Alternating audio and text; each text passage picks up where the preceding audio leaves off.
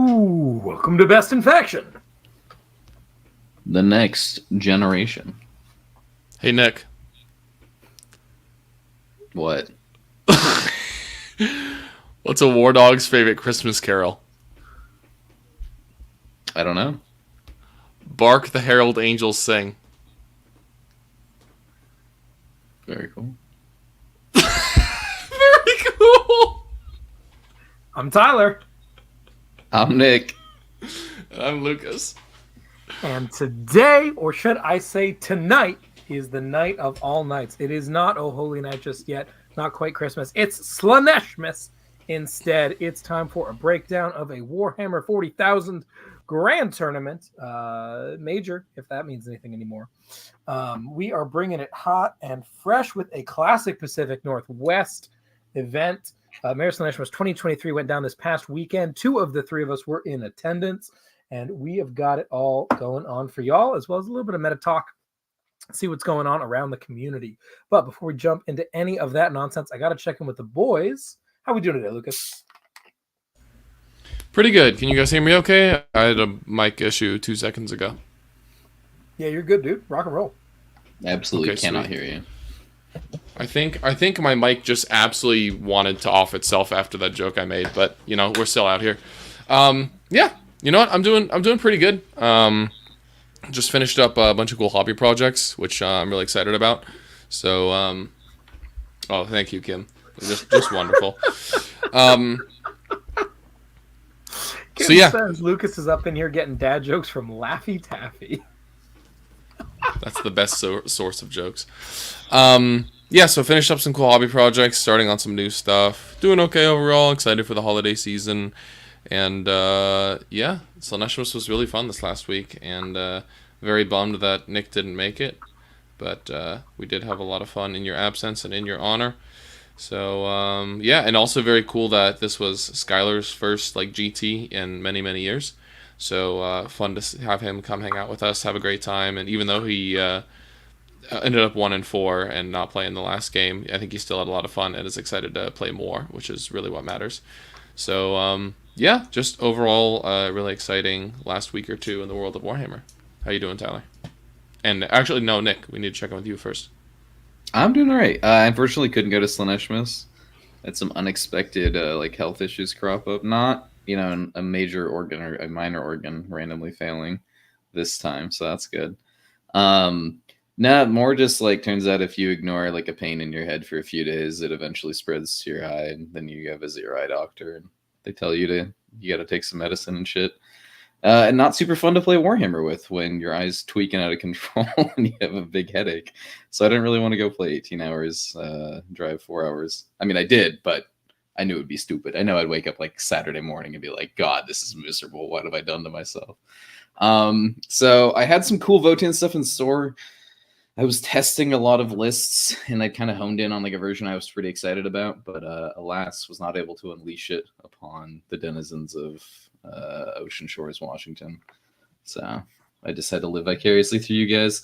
And I'm excited to kind of hear the breakdown tonight. Like, you know, I followed you guys' tournament along. I watched the stream here and there, but didn't really get like, you know, super detailed stuff. So, I mean, a lot of this is probably going to be super new for me.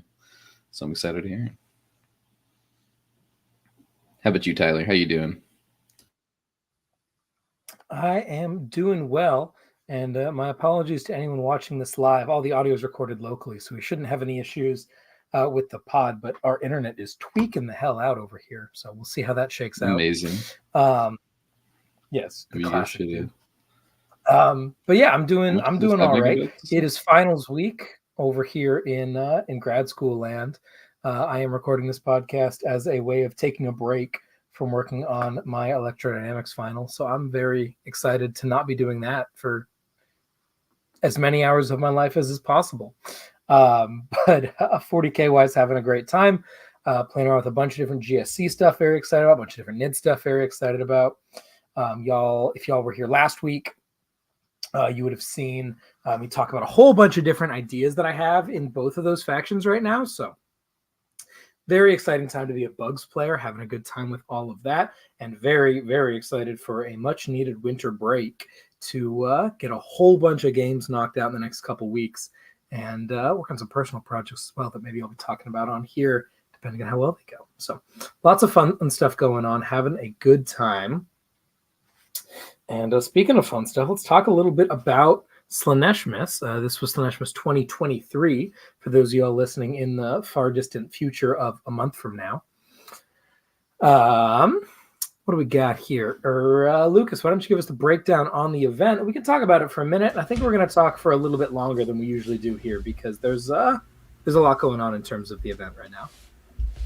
Yeah, so Slaaneshmas is kind of what I think most Pacific Northwest players consider like the culmination of our season, in the same way that a lot of North Americans will think of LVO. You know, for us, it's just a month and a half earlier.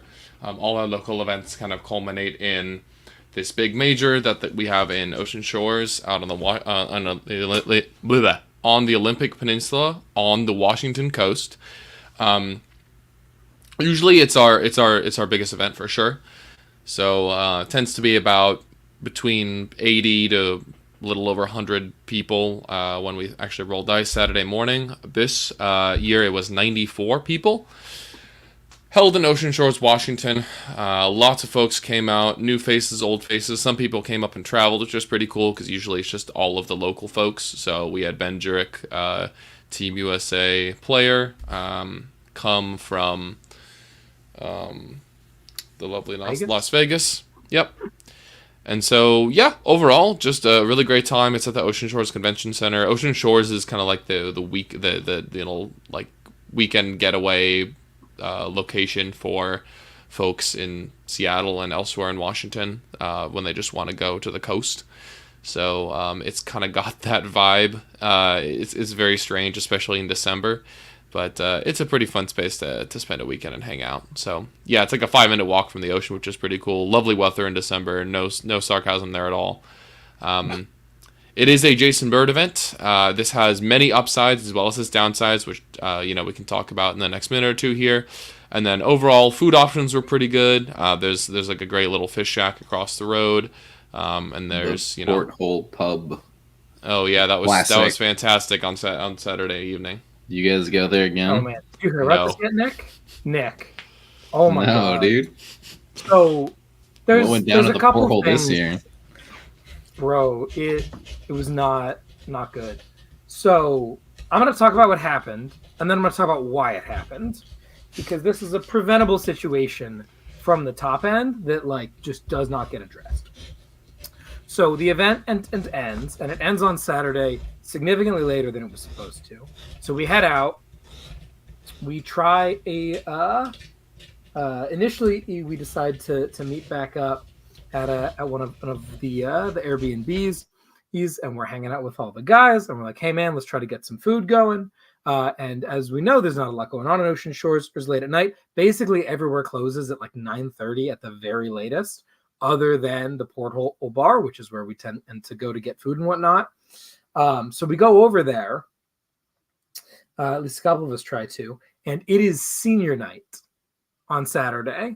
They have live music, which is loud enough that everyone can take their hearing aids out.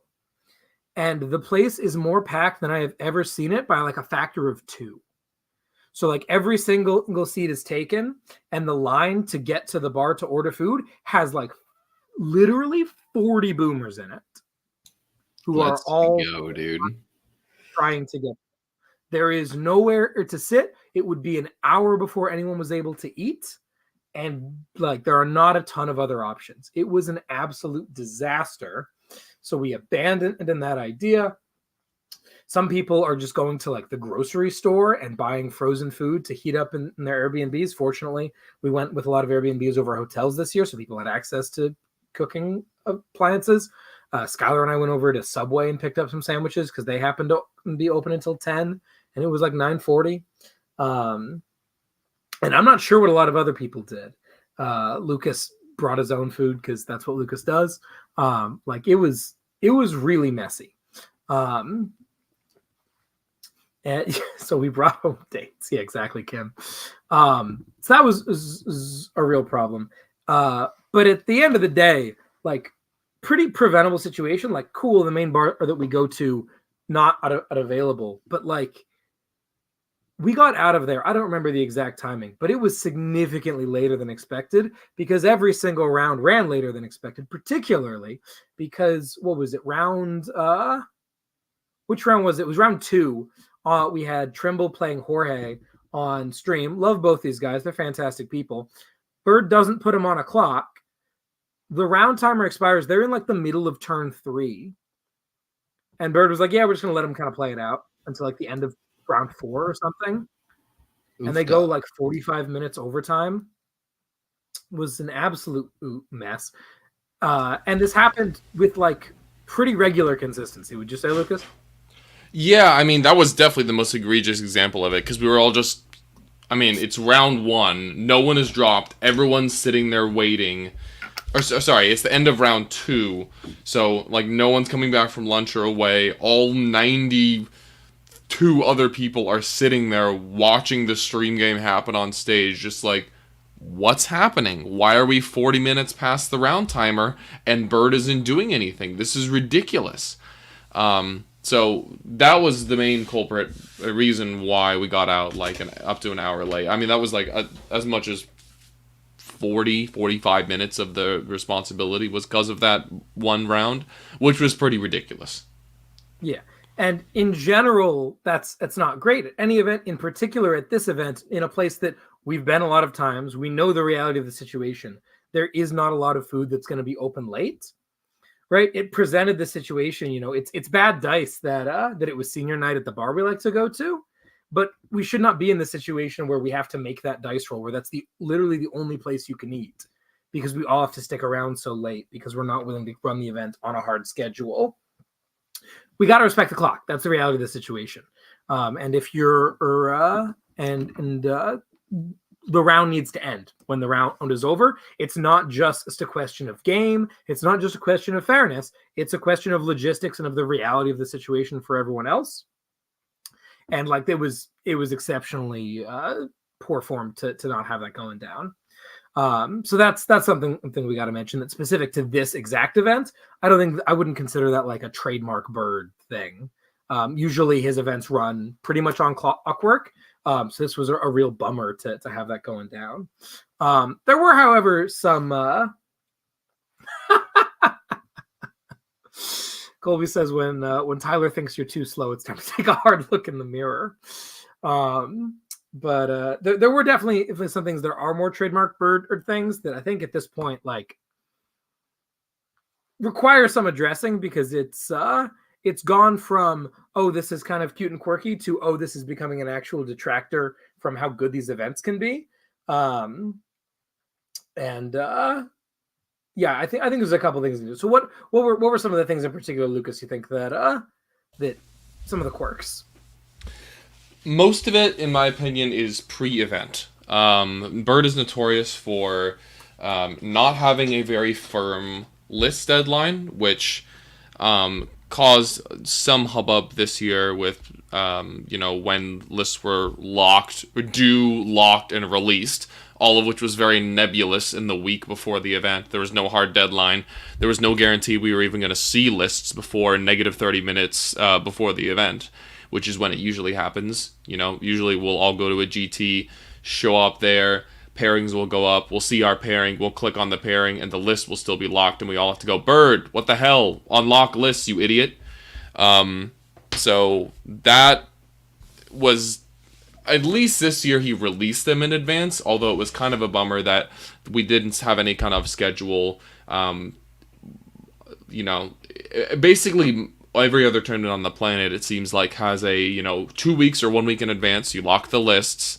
That's when they're due, and then at some point the week before, at a pre-prescribed time, you're going to get to see all the lists and who's playing them, and then the morning of, you're coming fully prepared and you've seen everything, and you also know what's going to be played at the tournament, what missions are going to be in the packet. This is another staple of tournament play that I don't know if Bird has really ever stuck to at all or done. It's kind of just you show up. There's missions Bird likes. There's missions Bird really doesn't like, and it's kind of a crapshoot what you're gonna get. So this is a big bummer. Not only because it doesn't let people prepare for the event and know what's going to be there, but also you could randomly be undefeated and then get to round 5 and Bird's like, "Ha, I feel like playing some mission that's going to screw your army now." Haha. Which kind of happened to some people this year, and also was just very obnoxious. Also the way it was presented to us all. There were many times Bird or his people that were helping run the event would come to us in between rounds and be like, "Oh, you're gonna love the next mission. It's Sites of Power and Scrambler Fields. I bet you're really gonna like that." Obviously knowing that it's gonna be an obnoxious mission for our army, and I'm like, are we just getting trolled here? Are the tournament organizers here to just pull our leg and shit on us? What is this? So yeah, I mean, usually it's at a point where it's not that big a deal, and I don't think it was that big of a deal this year. It's just starting to get annoying. A couple of the things that are tournament staples elsewhere on the planet that just Bird seems to not really care about, which is at the point where it's starting to detract from the quality of the event a little bit. It's not just, oh man, I want to build my list with the missions in mind. That's fine. I totally understand Bird's philosophy of, I want you to build a list, mission agnostic, and then after list lock, I'll be like, hey, surprise, here's what we're playing. Hope you're ready for anything. I get that. I might disagree with that philosophically, but I can see him and be like, yeah, I respect your opinion over there. What I cannot respect the opinion of is not writing them down at all. They're not published later. They're not published ever. They're spoken over a loudspeaker once or twice, often wrong. And it's just everyone asking everyone else because no one heard it. This is an absurd thing to be doing in the year of our Lord and Savior 2023. We invented writing 6,000 years ago for a reason, to communicate shit. The printing press has been around, the internet's been around. You've got options to disseminate information beyond word of fucking mouth that don't run into the error of you accidentally saying it's the wrong fucking deployment because you don't know the actual fucking names. And suddenly we have to correct everybody. Utter nonsense. Yeah, hearing Bird come before a round up to us all and just start yelling out to the 10 people that are within earshot, "Yo guys, we're playing hot dog." It's what the? Come on, man. Get your shit together. This is ridiculous. Yeah, Colby says Bird had it handwritten on a piece of paper. Fantastic. Send a picture of that paper into a fucking Discord or something. Oh my god. So that's the big problem. The other thing, that's utterly unacceptable. If you want to make them, if you want to reveal them the morning of, cool, reveal them in a document somewhere that we can see it. The list thing. We had all this controversy about, oh my gosh, people have wrong lists, people are changing lists. The formula is there for a reason, right? You lock lists 24 hours before you reveal lists, and in that 24 hours, people say, oh shit, I didn't submit my list. Or, oh shit, lists are locked. Here's my correction, I made a mistake. And then you say, hey everyone, lists are public. Now, if you send me a list correction at this point in time that was pre-published in the document, and not just in the document, in the goddamn BCP description, because you cannot put your freaking player pack behind a Microsoft OneDrive link that cannot be accessed via a mobile device because BCP is terrible. There are so many layers of wrong on here. There's a formula for a reason. It needs to be respected, so that we don't have crazy nonsense situations happening where lists are visible but maybe not locked, or visible and getting amended and did without consequence. And I understand that the alternative solution of just lock everything down seems like it fixes the problem, but it doesn't. Because as part of the solution is that, hey, they're public, they're locked. Now people get to come grovel and take yellow cards. Right? Hey, the lists are locked and I totally submitted the wrong list. I want to play this instead. Cool, you can do that. Here's your penalty. Don't care if it was intentional. Don't care if it was a mistake. Here's your prescribed penalty. You can make the change that you need to make. Like, we have a system in this for a reason, because that's way better than the morning of, oh shit, I totally submitted the wrong list and I didn't know because no one told me because they were freaking locked and I brought this other army. What happens now? Like, we have a system. Everywhere else in the freaking planet uses it. I'm not even out here asking for, UK style pairings early. I would love that. But like, that is, I'm so far, I want the baseline, how everything else works, right? Like, we're not asking for a ton here. So that's two things. Next thing, rulings. There are some absurd rulings at this event. Oh. Tell me about them, Lucas. I've been talking too much. I'm not sure I know all of them, but the one that I am definitely aware of that I can talk about for a little while, for a Tyler break, is the Epic Challenge strat, which Bird randomly decided should allow you to get line of sight. Should allow you to allocate attacks to a character even when you don't have line of sight to them, even though that's very clearly how not the way the rule is written. And so far as we can tell, that's the precision keyword in general, not just the Epic Challenge strat, but that's where most people use it. Is my character is going to hit your character who's 20 inches away, and more importantly behind 3 walls, so you've done literally everything you could to keep safe, because basically because Jason Bird felt like you should be able to do that.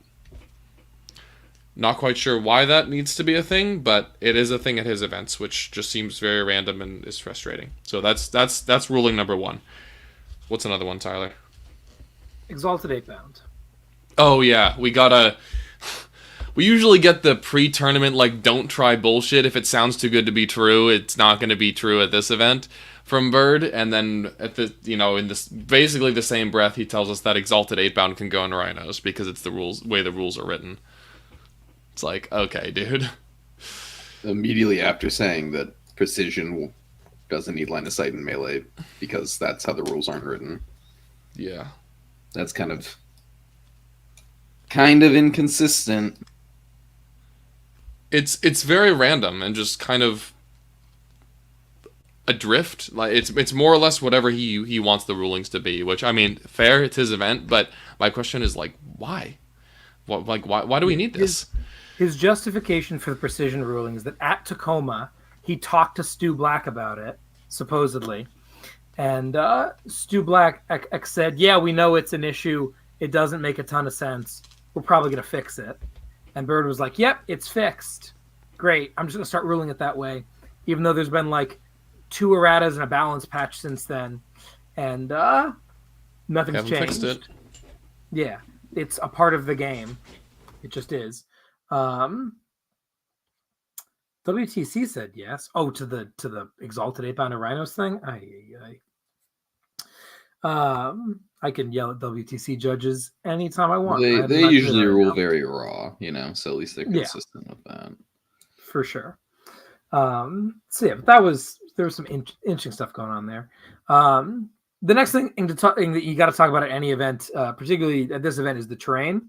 There was some interesting stuff going on here. Some of which I liked, some of which I didn't like as much. Some of which was directly oh, this is how the event was meant to be run and was an executive decision. And some of it was unfortunate circumstance. And the unfortunate circumstance stuff is worth talking about first.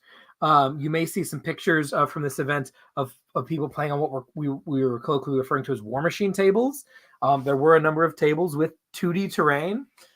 This was a communication issue between Bird and the Portland people who have a lot of terrain that he wanted to use at the event. I don't want to get into the details of whose fault this communication snafu was, but I'm very happy to say it just, stuff is going to happen from time to time. And it was handled with surprising grace. We got a bunch of tables together, didn't have quite enough. And the ones that we did have bases with lines on them to at least play on. I played on one of these tables round 2. I didn't think it was a big deal at all. I actually personally really like it, but I know that I'm a weirdo with bizarre tendencies. What did you think about the War Machine table situation, Lucas? I mean, I personally didn't feel like it was that big of a deal. People pre-event were like, oh my god, we're going to have to play on these tables. Like, we paid good money for this. I'm like, okay. Well, I mean, odds are you probably won't have to play on them more than once. And just, like, get over it. It's still functional. It does the thing. Sure, it doesn't look quite as nice. Whatever. It's not that big a deal. It was unfortunate. Like, would I have rather had terrain? Absolutely. But shit happens. That was like the least of the concerns, like logistics and event wise. This event, in my opinion. Yeah, absolutely. So there's that. As far, I agree with Kim. It's probably Nick's fault. Yeah, fair enough, dude. So on top of that, some decisions being made about terrain. The first of which is another bird ruling, and I think this one people are weirdly okay with this. I find this really annoying. The bird has decided that on most of his tables, the 4x6s are impassable because GW can't do anything right, so we've got to make it better. I think that this is a random wrench to throw in, but it just kind of is what it is. I don't know if that comes up in any of your games, Lucas, because you run through walls anyway. The small pieces of terrain? It's not the 4x6s, the 5x10s. The 5x10s, yes. This is mostly just a bird saying, I want to do terrain differently. It's him saying that he thinks melee staging's too strong. Yeah, so we have to introduce like a set of crates. I don't particularly care either way. I think it's kind of silly. Like, is there a real point to it? No. Is it the end of the world? No. Like, you can mostly just play around it. It's going to be a little different. I think it's kind of silly to switch to GW sets and then change something vastly about them. But it is what it is. I will say, though, it's also like such a small piece of, like, it's not the full 5x10. It's like whatever rock he puts in the middle of it, which is often like a third of the area. Yeah. Which is why I think it's not that big a deal, because it really does not block that much movement. It blocks like 6 inches of like horizontal direction, more or less. Like, I think the first time we played on it, like at Harbor, I had to get used to it, and after that I was like, all right, this will be annoying. Sometimes this can be used to my advantage. Sometimes let's play. Yeah. It's whatever. The price you pay for swimming in the bird bath. Yeah, Kim. So there's that. And then the other thing, and the thing that I'm actually very curious to hear Lucas's thoughts about here, was the introduction of some of these NTL Art of War layouts. We didn't use straight GW. I think it was literally half, even odd split, of the terrain was a corresponding new layout put out by the NTL/Art of War. It didn't occur to me to pull one of these up in advance to put on the screen. But what did you think of this table, especially the Dawn of War one? I know have people thinking a lot of things. Well, my army personally didn't like the layouts, those layouts in particular, but I did like them just in general. I thought they were cool. Layouts are great. CK are bad on them. Layouts are amazing. Yeah, perfectly balanced, should be used in every game. Yeah, I mean, I think they definitely work a lot better. I mean, I know very little about them. So are some of the layouts meant for some deployment types, but not others? Yes, they're all deployment specific. Okay. So I think I played both of my Dawn of War games on the same NTL table. So it's the one with the two little 4x6s that are kind of kitty corner to each other right in the middle of the table. Yeah, I've got it right here. Give me just a sec to pull it up on screen. Which you'll see in a second. Sorry, opening my window. Poses some pretty unique problems for challenges for CK. But in general, I think they're fun. They give a lot of staging area. There's plenty of places to hide in your deployment zone for the most part. It's just like a couple of those midfield situations are a little bit awkward because a lot of the existing GW ones, you like the pieces of terrain that are adjacent to each other, either right next to each other or kitty corner to one another, are like in the corner of the map or in your DZ. Like you can think of layout 4, right? The one where there's that kind of L right in the middle of the table facing your deployment zone. There's another one of those L's that's in your deployment zone and they're right next to each other. So they're kind of like out of the way. This one has, like we can see in the middle of the table here, the two 4x6s that are just touching each other. That's a huge line of sight blocker, and it's also very annoying to move around because you can't land on those pieces of terrain because they're, you can't stop your move on top of them. They don't exist while you're moving through them, but as soon as you finish your move, you can't end inside of it. So this is layout 4. So yeah, you can see in the lower left there, that's like kind of an example of here's two pieces of terrain that are adjacent to one another, but they're in the corner of the map, so it doesn't the adjacency is pretty low in the in terms of the dynamics of the mission and the board. The adjacency doesn't really matter all that much. If we go to the Art of War layout, the fact that those two things are right next to each other in that way, it just changes the mid board dynamics so much. So overall, I like them. They're a little bit weird and they take a while to get used to, but I don't think they're that bad at all. What do you think of them? I absolutely love this layout. I think this was mostly Nick's doing. So shout out to Mr. Nanavati. The two 4x6s in the dead center are hilarious. They make it like weirdly safe to park like a dude on a 32, like right on the center objective, right up until someone runs up and shoots him in the face, which I think is a really interesting dynamic. And they managed to make it safe kind of from both sides.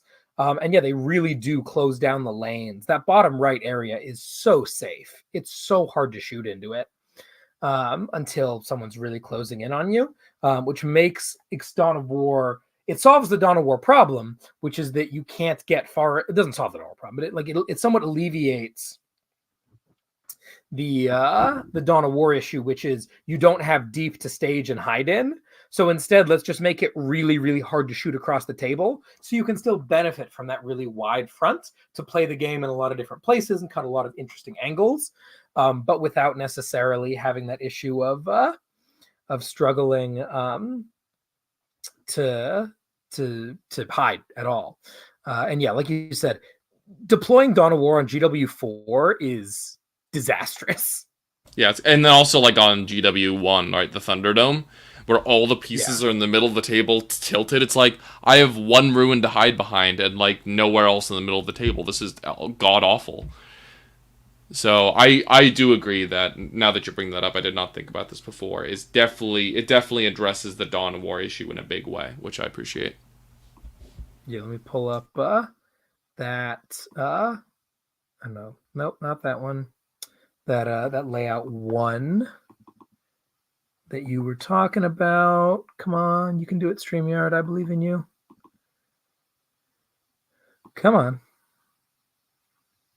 You had it there for a second. It was on screen.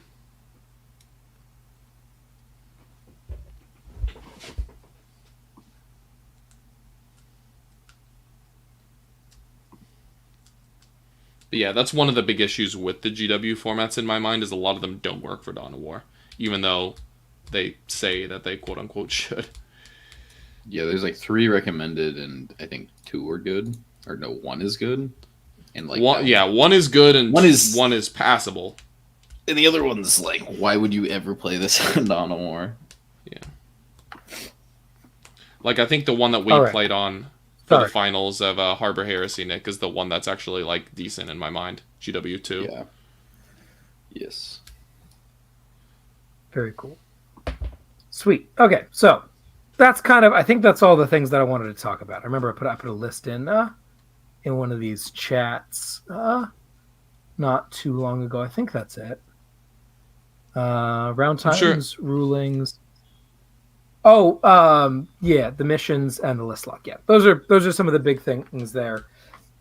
Overall, I would still say the event was a ton of fun. It was still very successful, but we're getting to the point in right now where we're kind of spoiled for choice in terms of events. Like, big picture here, it used to be the case that Bird was like the only events around. But at this point, between GW deciding that Tacoma is going to be a regular staple of the area, and more events cropping up between Chase's events through the pecking order. Rosehammer appears like it's going to be a recurrent thing. It's coming back in March. The Aegis guys are putting on a major in March. That's going to be awesome. Or Rosehammer might be in April. I don't remember the dates. Gone Guy, end of March. putting up third week more and more things. Yeah, third week of March. Gotcha. Like, events in the Northwest are becoming increasingly plentiful, and Bird doesn't have the monopoly on everyone's time as the big events like he used to. And I would really love to see a couple things fall in line with the greater community as things have progressed. But yeah, overall, good event. Let's talk about some games or some lists first. This was our morning of event, 8 a.m. It probably wasn't 8 a.m. because it's probably still dark at 8 a.m. at this time of year. But our trip down to the waterfront, morning of the event, where I tried to Fortnite dance on the sand dune and fell on my ass. What a great still shot that is. That's perfect. Thank you. Yeah, I spent like most of like a good 7 minutes today trying to get that just right. Sweet. Anyway, tell us about your Chaos Knights, Lucas. What do we got going on? So this is my Chaos Knight list. If you haven't seen it yet in the event, please go check it out. It's got a great long lore segment at the beginning, which you should all read. It's a 12 dog list featuring a War Dog Stalker with Melta, Claw, and Havoc Launcher. We've got 6 War Dog Brigands with Havoc Launchers, 5 Carnivores with Havoc Launchers, 3 squads of 3 Nurglings, and Senor Scrible, the Lone Op King himself. Never leave home without him. Makes sense to me. This is what we were talking about last week here. You brought in that 5th Carnivore over the Stalker there. How did you feel about this list as it sits in the greater Pacific Northwest meta coming into the event? Once we saw what everyone else was taking. I thought it was fantastic. I think this list has a very good shot at beating more or less anything that it can. It has an even or advantageous matchup against anything really in the field. The only things where I'm really scared are like traditional CSM firepower lists where they just bring a bunch of Obliterators, Forge Fiends, and Predators and just shoot you off the table, which at least 1 or 2 people, including someone who placed very highly at Slaaneshmas, did bring. So I felt kind of scared about those people. No based Rampager, though. Yeah, I'm a coward. It's true. But I feel like it was. I was well poised to do well at the event. I felt confident about my chances with the all dog list into most of what other people were bringing. And in terms of swapping the Huntsman out, the Carnivore is absolutely worth the trade. I'm even debating dropping one of the 6 Brigands to pick up a 6th Carnivore. I feel like that's a little bit better on denser terrain layouts. On GW terrain, I still feel like the firepower that 6 Brigands can bring to bear, especially, having them on flanks, having 3 Brigands in one pocket, 3 Brigands on another one, just putting damage downfield is really, really strong. So I think this is the best CK dog lists for singles right now on GW terrain, but I can definitely see some different permutations being valid, and different people prefer different things, so more demons is always good as well. How do you feel into Space Wolves? I am 1-1 into them at the moment. It is a sketchy ass matchup, but I feel it is winnable. It is at least. I think it's even for Chaos Knights. Very cool. Bringing it on over to the Gene Stealer Colts. I've entitled this list. People still play GSC because I'm not sure why they do, but here we are. I'm rocking the Biophagus with Cunning, a Nexos, 3 Primuses, one of whom has Focus of Adoration, a 10-point upgrade that I used 0 times. Reductus, 2 squads of 10 Acolytes with Demo Charges, better known as Bomba. 3 squads of 20 Neophytes with Seismic Cannons and Grenade Launchers, and of course everyone's got icons as well that Acolytes have Hand Flamers. You know the drill. A 10-pack of Aberrants, a Ridge Runner with a Mortar and an Augur, and then of course there's the fun tech. If you were listening to last week's episode, is my squad of 2 Ridge Runners with heavy mining lasers and spotters for a little bit of lane control, a little bit of a anti-rhino kind of situation. applying the lasers to the affected area at 36-inch range on a Scout 9 Move 12 chassis, which can arrive from strat reserves. They're pretty cool. I took this list and felt pretty good about it. And then we got to the event and I looked around at the meta and said, oh, yikes. I am ready for CSM and Eldar. That is what about Orcs, Chaos Knights, and Marines? I feel okay into Marines in general. What about the there's a whole lot of orcs. Death Guard? Yeah, there's a whole lot of orcs. There's a whole lot of Death Guard. There's a whole lot of Space Wolves would be fine. There's a whole lot of Chaos Knights. Like a third, not a third, like what was it? Like 11, so a ninth of the meta was Chaos Knights, like almost 10% of it. There was some silly stat, like, going into, at the end of round 3, or no, at the end of round 2, there was 25 undefeated or something like that, and I think 15, close to 15 of them were Orcs or Chaos Knights. It was stupid. Yeah, for sure. So those are real scary issues. I was not scared of Guard at all, but maybe we'll bring some Guard in the future. Look forward to that later. So they're a situation. Trimble says, what if the rhinos mark a Nurgle? If you only get to put one mark a Nurgle rhino out, that works for me, dog. Still lane control. Anywho, so this list is really good into Eldar. It's fairly good into CSM. I'm ready for the top of the meta, but the mid pack of the meta provides some scary things to deal with, and I'm just gonna have to outplay some people through some really sketchy matchups because GSC is not what it used to be. But we still have a lot of tools. We have a lot of tools, and I'll see if I can pull it together. So round 1, like we said, the missions are interesting. What do we got up for round 1, Nick? We have the LVO missions been revealed yet to the public or whatever? Yeah, they have been. All right, we have the LVO semifinals then. Yeah, we do. What does that entail? Chosen battlefield. Alert. Dawn of War. Yeah, so we're doing player-placed objectives. You know who I bet loved this Great. mission, dude?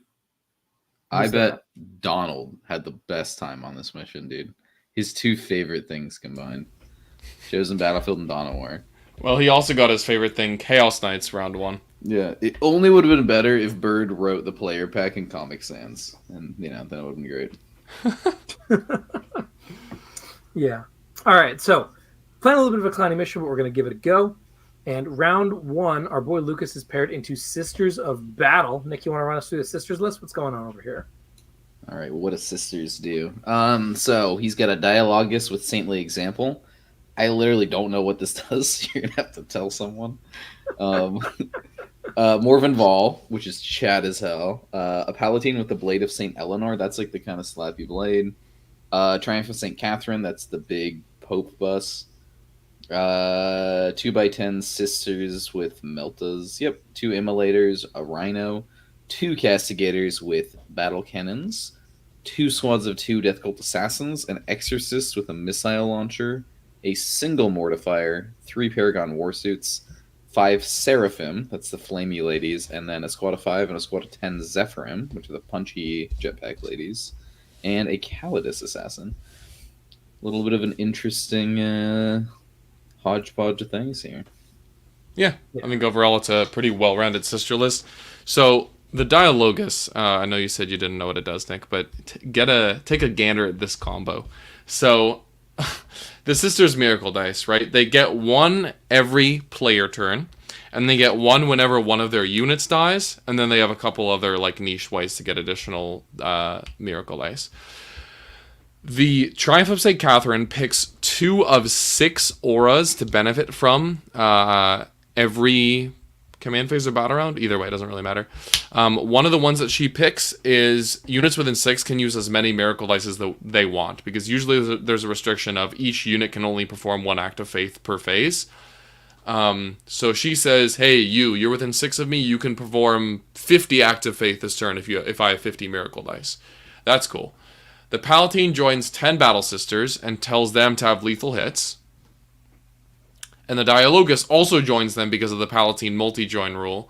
And she says, hey, you, Sisters of Battle, every time you use a Miracle Dice, change the value of that Miracle Dice to a 6. Oh, I've heard about this combo. Yeah, and then the Meltas are just like, brah, and then like Overwatch. Brah. Yeah, Caden referred Funny to this stuff. combo as the shotgun. Because what he would do would be he would walk over to my dice tray and he'd be holding like 20 Miracle Dice. And they would all be like different value, and he's like, okay, take a save. And I'm like, did you not need to hit or wound that? And he's like, no, this one counted as a 6, which hit and wound, bitch. I'm like, what is that? And then if you fail that save, I'll pull another one, and that'll be flat 8 damage. Remove this 1 from my Miracle Dice pool, 8 damage. All right, I'll take my third dice of the 20 out, take another save, and it'll just, he can't keep doing it because there's only like 3 or 4 Melta shots or whatever it is. It's a multi-Melta and a Melta gun, yeah. Hilarious regardless. It's very funny. And also very 5-man good. squad, right? 5 or 10. Hilarious. Yeah. Usually he's splitting them up with the Immolator. So you get this Yeah, 5-man the Immolator an split insane goon squad, and then you get 5 girls with OC2 in a box. Like, phenomenal value. Sisters are so cool. I think it's Nick that, or maybe it might be Traynor, who refers to this as snorting a line of Miracle Dice. He's just It's pretty accurate. End up in his hand right there. It's absolutely hilarious. Phenomenal combo, and quite a scary one for Chaos Knights because it works just as well on Overwatch as it does in the shooting phase, which is terrifying.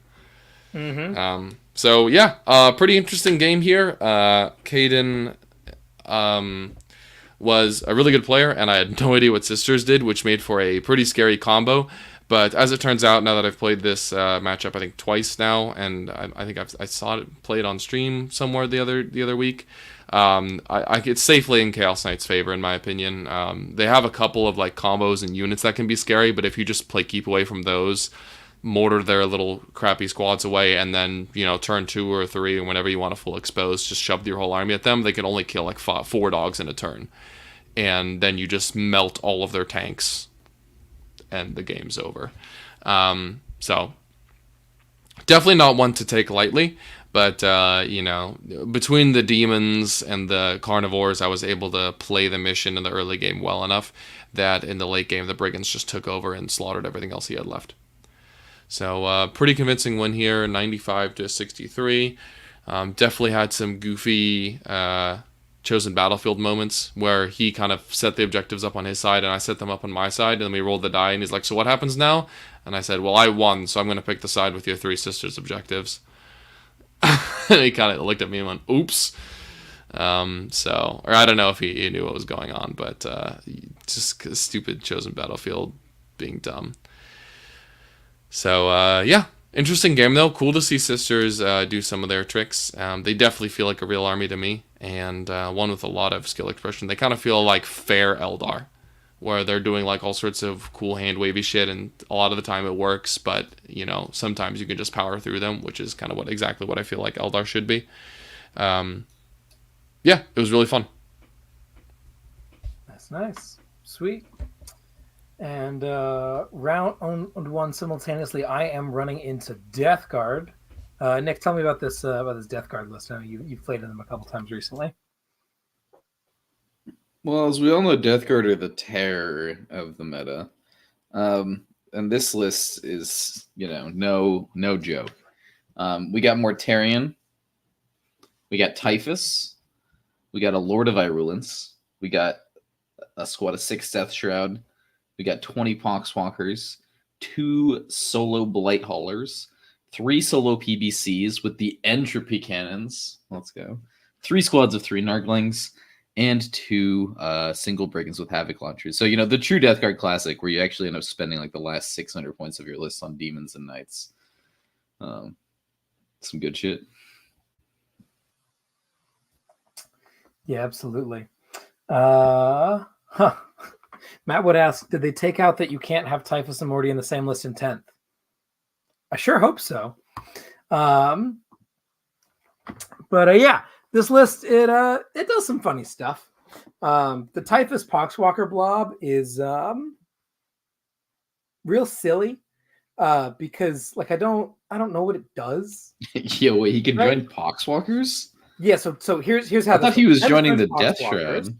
No. The Lord of Virulence joins the Death Shroud.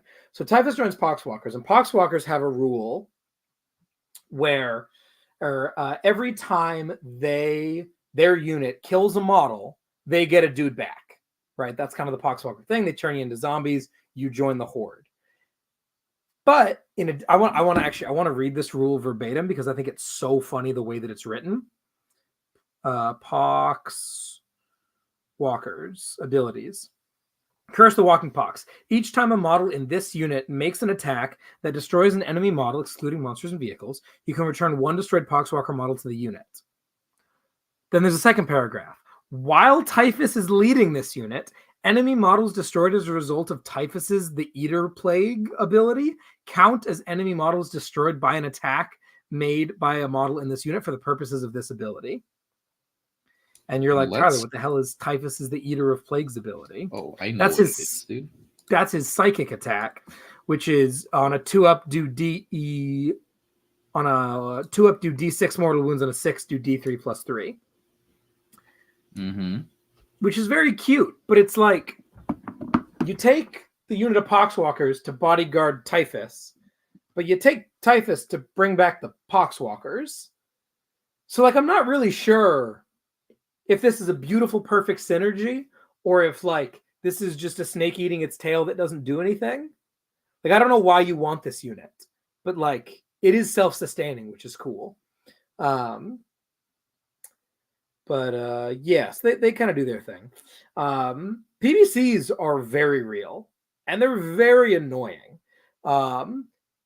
It's really good indirect, especially with Mortarion sitting in between them, being like, hey, we don't take the indirect penalty.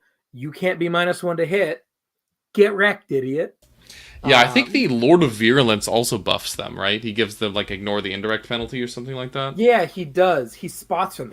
I think he literally might just give them, like, +1 to hit. So here, I'll look it up. I think the two of them stack, which is very silly. But it's cool. It does the thing. So he deploys a bunch of Nurglings on the line and is like, I'm just going to go first and run up and tag all your Ridge Runners. And I'm like, what if you go second? And he's like, I'm not going second. And he didn't. So he just went for it, ran up and tagged some Ridge Runners. The Ridge Runners don't super mind this because, like, they can fire the mortar out of combat and they're -1 to hit anyway. And, like, the lasers don't want to go cut crazy angles. They're just going to fire their DACA guns, their little stubbers into combat. But it was cute. He manages to set up a couple of reasonable plays here. I get a little bit too cute on the front end. I end up using my aberrants to do a couple of actions instead. I probably could have just pulled him off the table, frankly, but I was very worried about getting rushed. He did not rush me in the slightest. He sat very far back. I made a really big mistake on turn 2. I really wanted to score some damn primary. Which honestly, I probably should have just sat all the way back, but I was like, let's do something cool here. And I ingressed in a naked squad of neophytes to grab an objective so I could get some primary out of it. But I was planning on using my Mark of Nurgle stratagem on the aberrants. So every bullet that couldn't go into them suddenly just went into those neophytes, and they all died. Did not expect them to all die, but they all died. And I was like, oh, interesting. It was like the 3 mortars and a brigand, and I was like, that doesn't seem like it should kill 20. It definitely kills 20 dudes. It was not that particularly above average.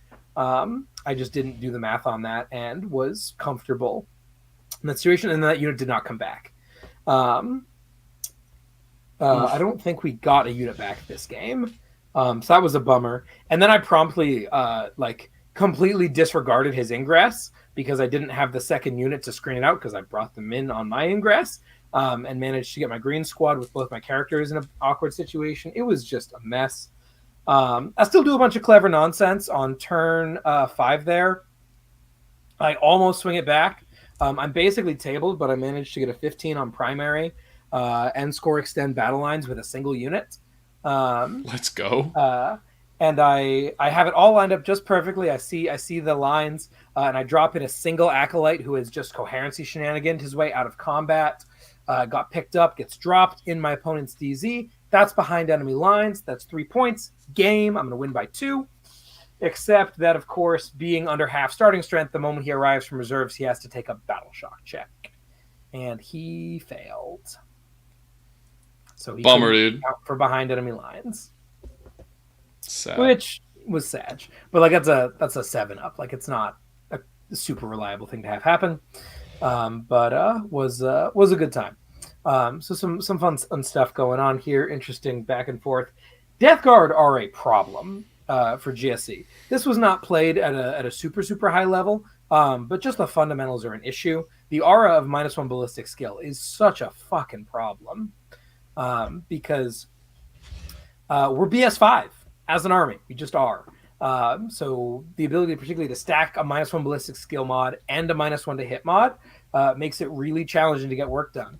I was able to do some cute stuff where, like, because he has the allies, if a brigand is kind of on its own, before the range gets really big, like turn 2, I was able to get a brigand with a bomb squad because the brigand was not like it was in front, so I could be within 6 of the brigand without being within 6 of any of the units that have the aura of -1 ballistic skill, and the brigand can't use -1 to hit anyway, so that was nice. Yeah.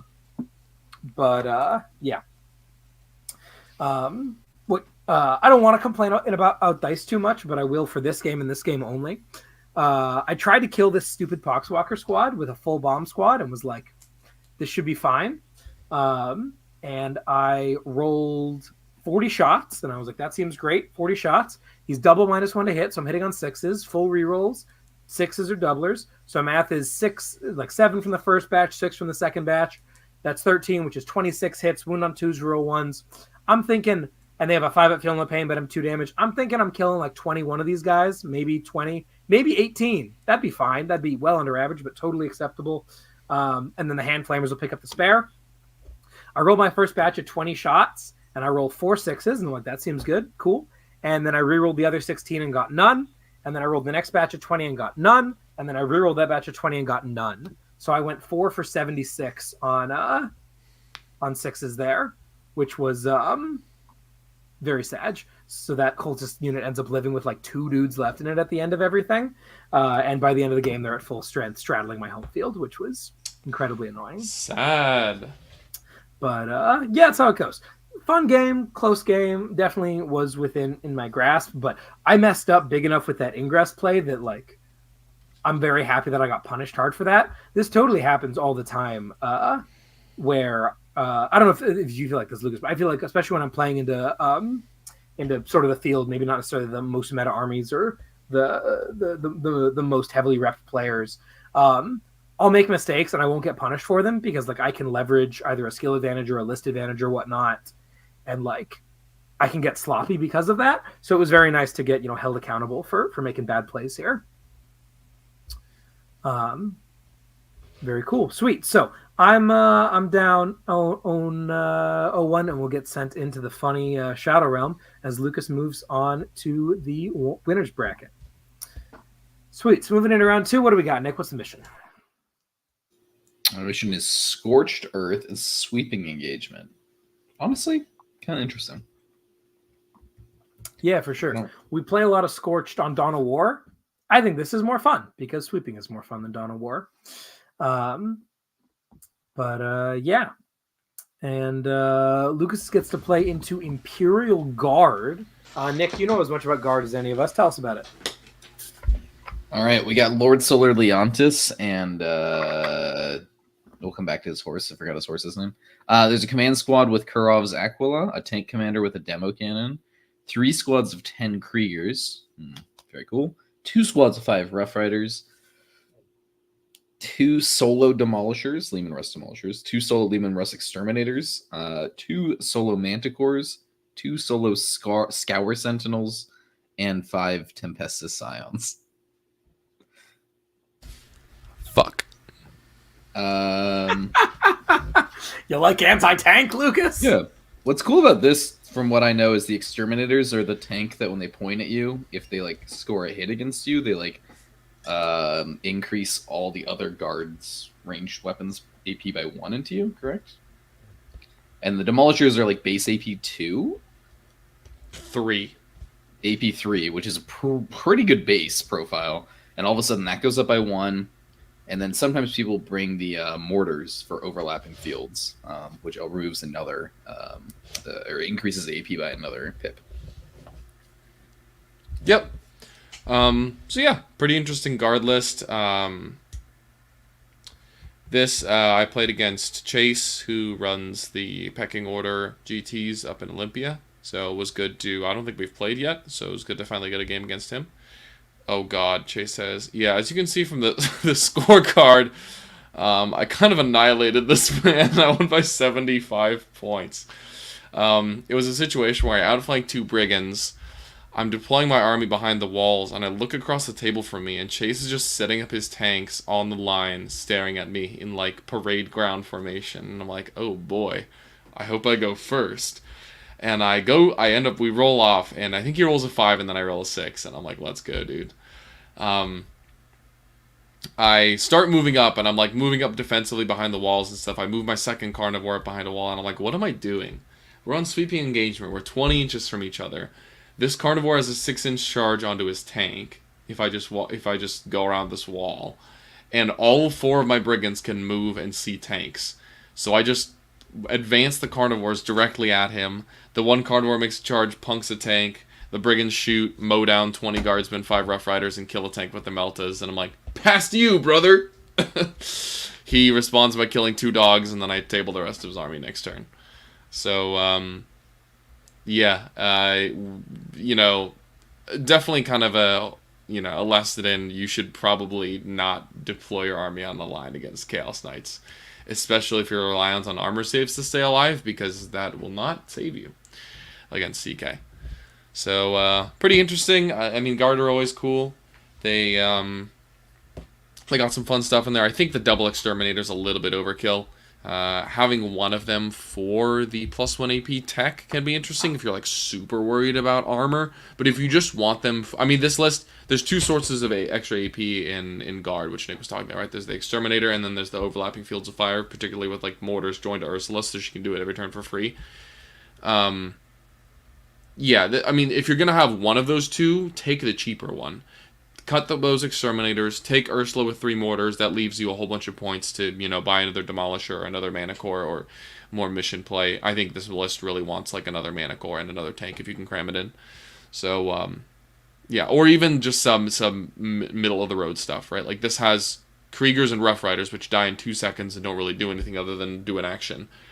You could throw in Cadians/Catechins in a transport, which is dirt cheap and moves fast and plays the mission. Or you could put in Hellhound. Hellhounds are great. They have a 2-up armor save. They shoot a very good flamer. They also help with the armor problem, because after you shoot something with a Hellhound, they have the Pyrovore ability where you don't get cover. The rest of your army ignores cover against that target. Really, really good. So they're a nice cheap hole that can help play the mission and get up the board a little bit. Yeah. Can we talk about what I assume are the Chad Scions that scored capture enemy outpost for Chase turn 2? Yes, that was exactly right. At turn 2, he had 1 Manticore, Leontis, and the command squad left. And the Chads... and the Scions that came in out of Deep Strike. And they showed up in my backfield and were like, let's go for the guard! And they charged onto my home field. Charged and got in combat with Mr. Scribbles and took the objective from him. And then promptly got annihilated by a brigand. But you know what? They did their duty. Goodbye, Hell soldiers. Yeah, dude. Get them. Managed to hold it to, what does this say? A 24 -4? Is that the differential here? Whatever 75 divided by 5 is. Very cool. All right. Sweet. Yeah, very cool. I got to play into a similarly very tight matchup here into our boy John Smith. Nick, you're the Tyranid expert on site. What do you think about this Tyranid's list? Well, John Smith's awesome, so I'm excited to hear about this list. We got a Nero Tyrant, we got a single Biovore, we got 2 solo Exocrines, 2 squads of 6 Hive Guard with shock cannons, a Maleceptor, 3 solo Neurolictors, and 3 solo Tyrannofexes. He's playing Invasion Fleet, which you'll have to remind me. That's the base one from the index. Yeah. Oh, okay. Interesting list he's got here. And it's not listed here, but obviously all of those Tran effects are running the Chad cannon, the Rupture cannon, at all times. Lucas, could you read off what a Rupture cannon does for the uninitiated in the audience? Well, I don't have it pulled up, but it's something to the effect of is it D3 shots or 2? 2. 2 shots at 16.4. It's like 72-inch range, 16.4, 2d6. Bro, do not do my boy such. So you're telling me service. this thing's like a 200-point Sagittar that doesn't carry guys around? 200 points? Are you kidding?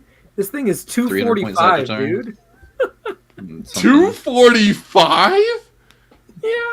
Holy shit, dude. Good thing it's got -1 damage. Yeah, for sure. Good thing. If you ever want to trigger a Tyrannid player, by the way, just mention Tyrann effects and say -1 damage, and they'll launch into a 5-minute tirade about how the injustice of the index to codex Tyrann effects. Justice for T-Fex, dude. Justice for T-Fex. But yeah. So yeah, John's an awesome dude. We all love John. This list is a meme. And he definitely walked up to the table and was like,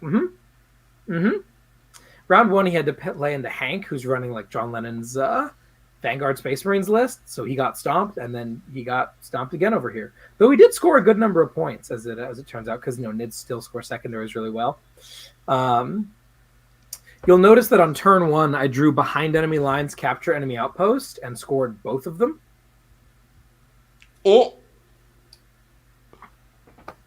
Yo, is that a turn 1 deep strike moment? Yes, sir. Let's go! Yeah, it was very funny. I looked over at his stuff, and I'm like, I'm going to drop at 3. And he's like, that makes sense. And I look at his home field, and I'm like, can I do this? And he's like, yep. Bummer, dude. Yeah, unlucky. Yeah, turn 1, my Aberrant's charge into a Maliceptor, chunked half of it, chunked the second half on his top 2. Just killed shit. The other hilarious moment that happened here was he did get to shoot these Tyrann effects as my mining laser ridge runners show up, and they're so ready. They arrive out of strat reserve, they pop the strat, so their AP 4 ignores cover, hitting on 2, 6s explode, and do nothing to its Tyrann effects. Like, they don't even force it to use its ignore a failed save. It doesn't do any damage. Like, they don't even wound. Lol. I'm like, damn, dude. Well, that was exciting. I mean, they're running on 4s. They're T12. Well, that was very exciting. Cool. And he's like, time for me to shoot back on my turn. 2 shots. 2 hits. 2 wounds. 2 failed saves. Damn, dude. 2d6 damage. 3. Or no, not 3. Sorry. Snake Eyes. 2. Damn, dude. Bummer. Second one. 2d6 damage. 3. Fuck that. Command reroll. Snake Eyes. Wow, dude. Those boys really want to be on the shelf. Holy shit. That's so sad. They're just begging to be put out of their misery. Yeah. Get ruptured. Yeah, it was tragic. The Shot Cannon Hive Guard are kind of cute. Like, they're almost kind of good, except that they're AP 1. Don't make me hit you with the spray bottle right now. And they're not devastating. So you're like, damn, dude, they overwatch on 4s, and they're anti-vehicle 2-up. Like, that seems like a cool thing. And every vehicle gets a 3-up armor save. At worst. And if they have armor of connected access, they're just like, oops. So yeah, they almost kill a Rhino. It's sad. They're durable though. Like T7 4-wound infantry is chonky for sure, but they're expensive and they don't do anything with their guns. So still nothing. Anyway, final score Hundo 63. Good game, John. Always taking it like a champ. All right, Nick, what's up for round 3? All right, so the boys are 2-0 for Lucas, 1-1 for Tyler. He's clawed his way off of the War Machine tables. Gets to go back to some real terrain. I did see that picture, and we're in round 3. Supply Drop Dawn of War, which I don't think I've ever played Supply Drop on anything other than Search and Destroy. So interesting. Well, let me tell you, it was doggy poo poo. All right, Lucas. So Lucas is playing into Eldar, And this is why. historically weak army. Nick, why don't you tell us about this Eldar list here? Well, this is a rather weak Eldar list. It's running such things as the Wayleaper with the Phoenix Gem, the Avatar of Cain, the Yinkarn, a Farseer. Is this just a foot Farseer? Mm-hmm. So he's got the -1 to wound. Fuegan, who I hear, does such terrible, weak things as killing 5 Chaos Knights on his own. A Spirit Seer with Fate's Messenger. That's a flip a 6 for him or his unit, I believe. A single Warlock. What do Warlocks do? I guess we'll find out.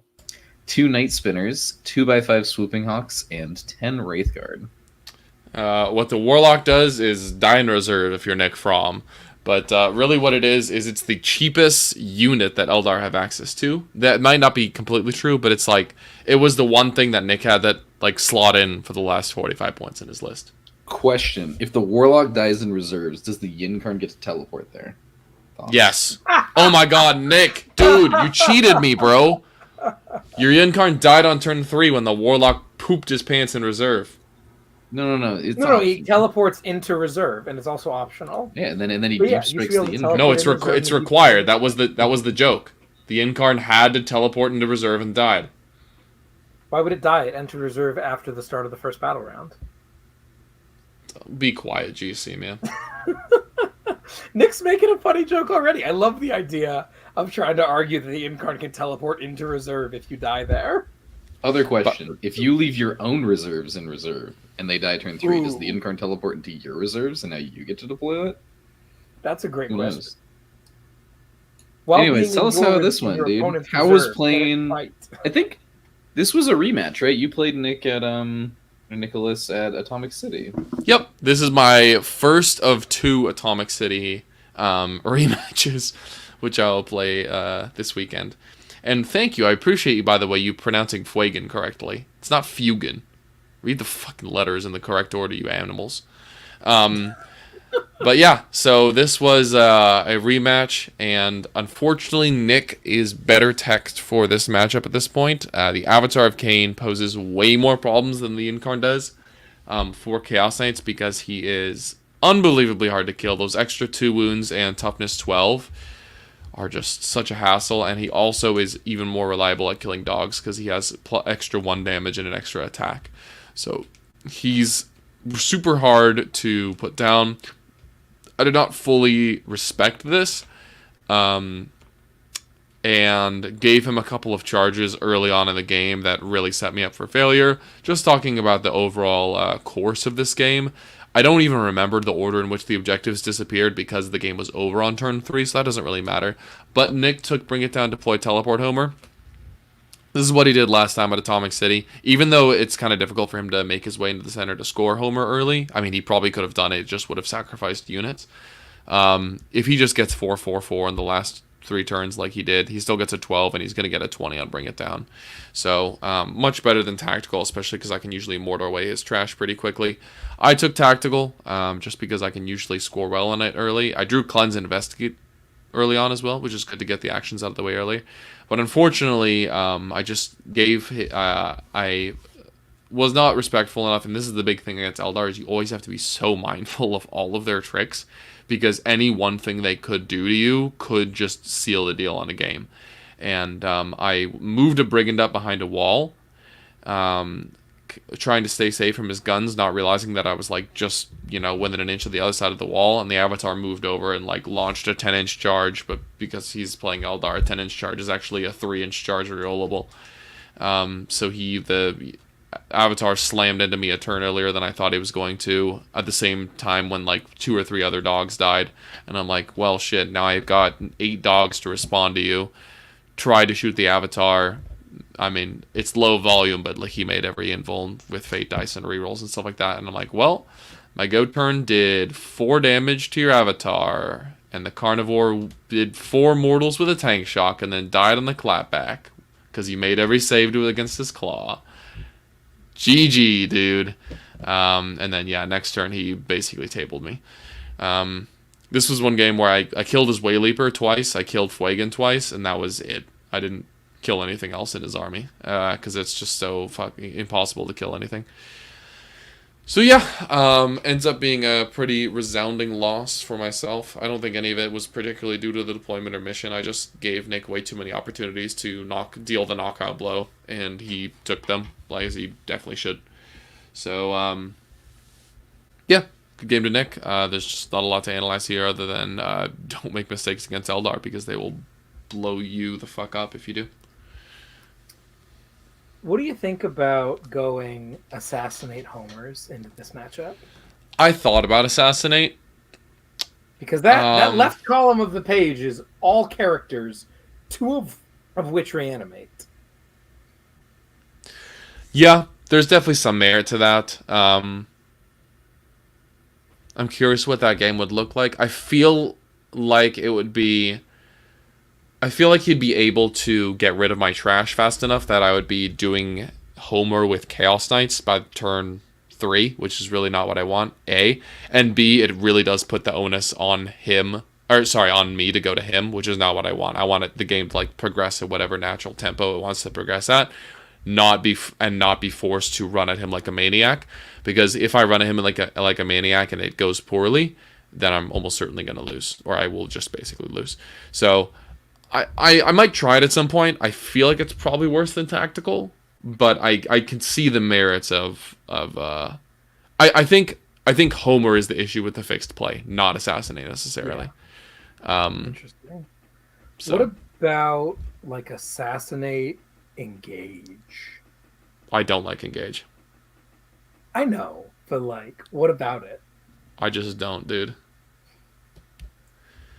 If I get too what if we're in a team setting and we're saying just focus on differential. I assume that then I would take Homer for sure and be like, bummer, I'm losing a dog activation. I'm getting 3 points on Homers.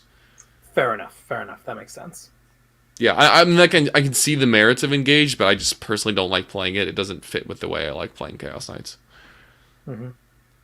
My favorite thing from now on is that every time I play into Lucas, at the end of every turn, I'm going to tell him how many points he would have scored on Engage, without having to think about it. But that's cool. Valid. Yeah.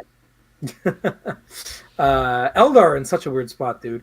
This list is such nonsense. It's a unit of 10 dudes, 2 units of 5 trash, 2 tanks, and characters. Yeah, it's very awkward. The rules are so ridiculous, but they get they simultaneously get so little and so much in one list. It feels so silly. Yeah. You can see why this kind of army gets run over by Death Guard. It's very interesting. All right, cool. Okay. Oh, Colby's got a good question. What about Storm Hostile?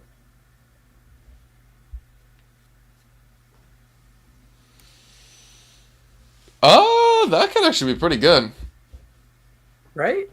You can't score at turn 1, and maybe you're not scoring at turn 5, but it really dissuades him from making his way onto the objectives, and also from phantasming onto them, which is usually something that's really obnoxious. Well, phantasming onto them is not a problem, right? It's phantasming off of them that's a problem? Or that works in my favor? Well, because if he phantasms onto if he starts off and then phantasms on, then he wasn't on at the start of the turn, so the storm doesn't count. Because he phantasms at the end of your movement phase.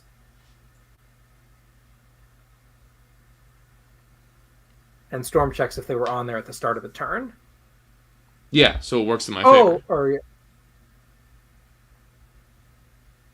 Either way, Storm Hostile could work. Yeah, whatever. It's interesting. Yeah, cool idea. But whatever the case, Eldar is still nonsense. But you got I gotta say, Eldar seem a lot harder to play than they used to, dude. Yeah, you can't be an idiot and play this army. Yeah, for sure. So props to Nick for making it work. How did Nick shore up? I think he went 5-1. I think he went 4-2. I know he beat Colby, but I think he got vibe checked by some orcs. Yeah. Oh, he ended up going 4-2. He lost to Joel, who I think was on Space Wolves. Yep. And Played Joel at Atomic City. No, he vibe checked Colby. He beat Kim, he beat Colby, he beat you, he beat Torin, he lost to Joel, and he lost to Edgar on T-Sons. Very cool. Yeah, I've heard Anyway. that's not a great matchup for Eldar. Makes sense. Cool beans. Sweet. Hey, Nick, you want to read this eerily familiar Sisters of Battle list?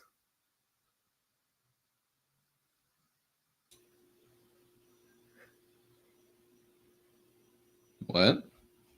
You want to read this eerily familiar Sisters of Battle list for my round 3? Well, I'm not going to subject our viewers to it again. It looks like Tyler's up against the same Sisters list from round 1. It's the same player. Exactly. Yeah, I'm playing the guy that Lucas played round 1. This is our boy Caden. So you've heard the list. You've heard about what it does. Caden's a class act. We had a really fun game. He and I are both big thinkers. So we're setting up, we're like, it's 1-1, we're just playing whatever. And then it's like the middle of turn 1. And I realized that like both of us have spent like 20 minutes so far this game doing this. So we go ahead and get a clock out to make sure that we actually get through the whole game. And we did. We didn't have any clock issues here. Sisters pose a really interesting potential set of problems for GSC because they have so many damn holes. And I do not kill holes very efficiently. The Castigators are an issue. The Exorcist is annoying. Could I please stop playing into Indirect? But, we're going to make do. No. Supply drop is an interesting mission, but I get to go second, which is so big. Because at the end of the day, neither of us are particularly good at holding primary in the midboard, and I have piles of OC and aberrants. So my game plan going into this is literally don't lose by more than 15 secondary. Turn 5, smash onto the center objective. Like everything else is just keep it close. Don't let him overwhelm you. Oh God, Steve! Did I really say that? Nobody you clipped did that. It's not spelled like that, Steve. But yeah. So lots of cool stuff here. Caden plays the game very similarly to the way that I like to. It's a lot out of caginess, a lot of back and forth tit for tat kind of trading. A lot of little trash units. Sisters look like so much freaking fun.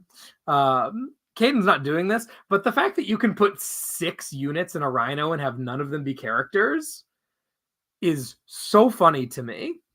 I don't know why people don't do that more often. Just the concept of that clown card being like, here's my box full of 6 units. I'm just gonna like disperse them as necessary, like Johnny fucking Appleseed. Just throw in units out as I drive along. Seems so My cool. favorite is the party bus of 10 arcoflagellant freaks and then 2 crusaders who are just like praying in the corner of the Rhino, like, please don't turn around and kill us. Please don't turn around and kill us. Yeah, absolutely. No Arco flags in this list, which is really nice because they are potentially a problem for GSC. Like we can put them down, but they have the volume of attacks, whereas not a lot of other stuff does. So yeah, lots of cool back and forth stuff here. Lots of things shooting at other things. We're playing on that Dawn of War with the funny double 4x6s in the middle. And sure enough, I get my 15 at the end of the game. But also I managed to get an 8 on turn 4 because I put the aberrants on that objective after they just beat the crap out of Vol and the Volgons, just bonk them, which was awesome. Go aberrants. I had the aberrants ingress to countercharge Vol. It was funny. I had a Bomba squad with a Primus show up to kill 5 sisters and a Calidus. And I was like, this is such an overcommitment, but like, it's what I have to do right now is the only way. I did all the math. So they drop in and kill him. And then he's like, cool, I see that Bomba squad, and I raise you ingressing Volgons on that flank. And I'm like, damn, dude, that's crazy. And they run up like, we're going to get him. We're going to get him. And I'm like, ingressing aberrants. And they charge in, and the aberrants aren't like close enough to heroic or anything. I don't even know if I had the CP for that. But following turn, the aberrants walk up, charge in, and bonk Vol, send him into the Shadow Realm, and then chill on that objective. And there's not a lot in this list that likes to kill aberrants. Like the best thing for it is the Castigators, but they're otherwise occupied pretty far away or just having trouble cutting angles because this Dawn of War, like we're playing We're playing on this table here. Come on. StreamYard. I believe in you. Nope, not that table. This table. And the Castigator, like he's got one on the right flank. We're fighting over the left flank objective here. And the other one is having trouble seeing around this big middle piece because of the way the L is pointed. He can't see through it. Even if he's wholly within, it's all a big solid wall. That's another, we didn't talk about that. That's the other bird terrain rule that is weird, is that bird doesn't like towering or plunging fire. So all of his ruins are solid and infinitely tall. Like not just the obscuring keyword, but like the physical ruins are treated from just along the physical building is infinitely tall and solid. So you can't ever see over or through it. Even if you're wholly within the terrain and very tall or have towering. Bummer, dude. Which doesn't make sense to me, but I digress. Anyway, so super fun game, lots of back and forth. I end up running away with a little bit at the end here. This ends up being 73-42. But like classic, I score 23 primary, he scores 0 primary. Freaking going second on supply drop kind of on a game. Would have been a much closer game on a lot of other missions, or if I didn't get to go second.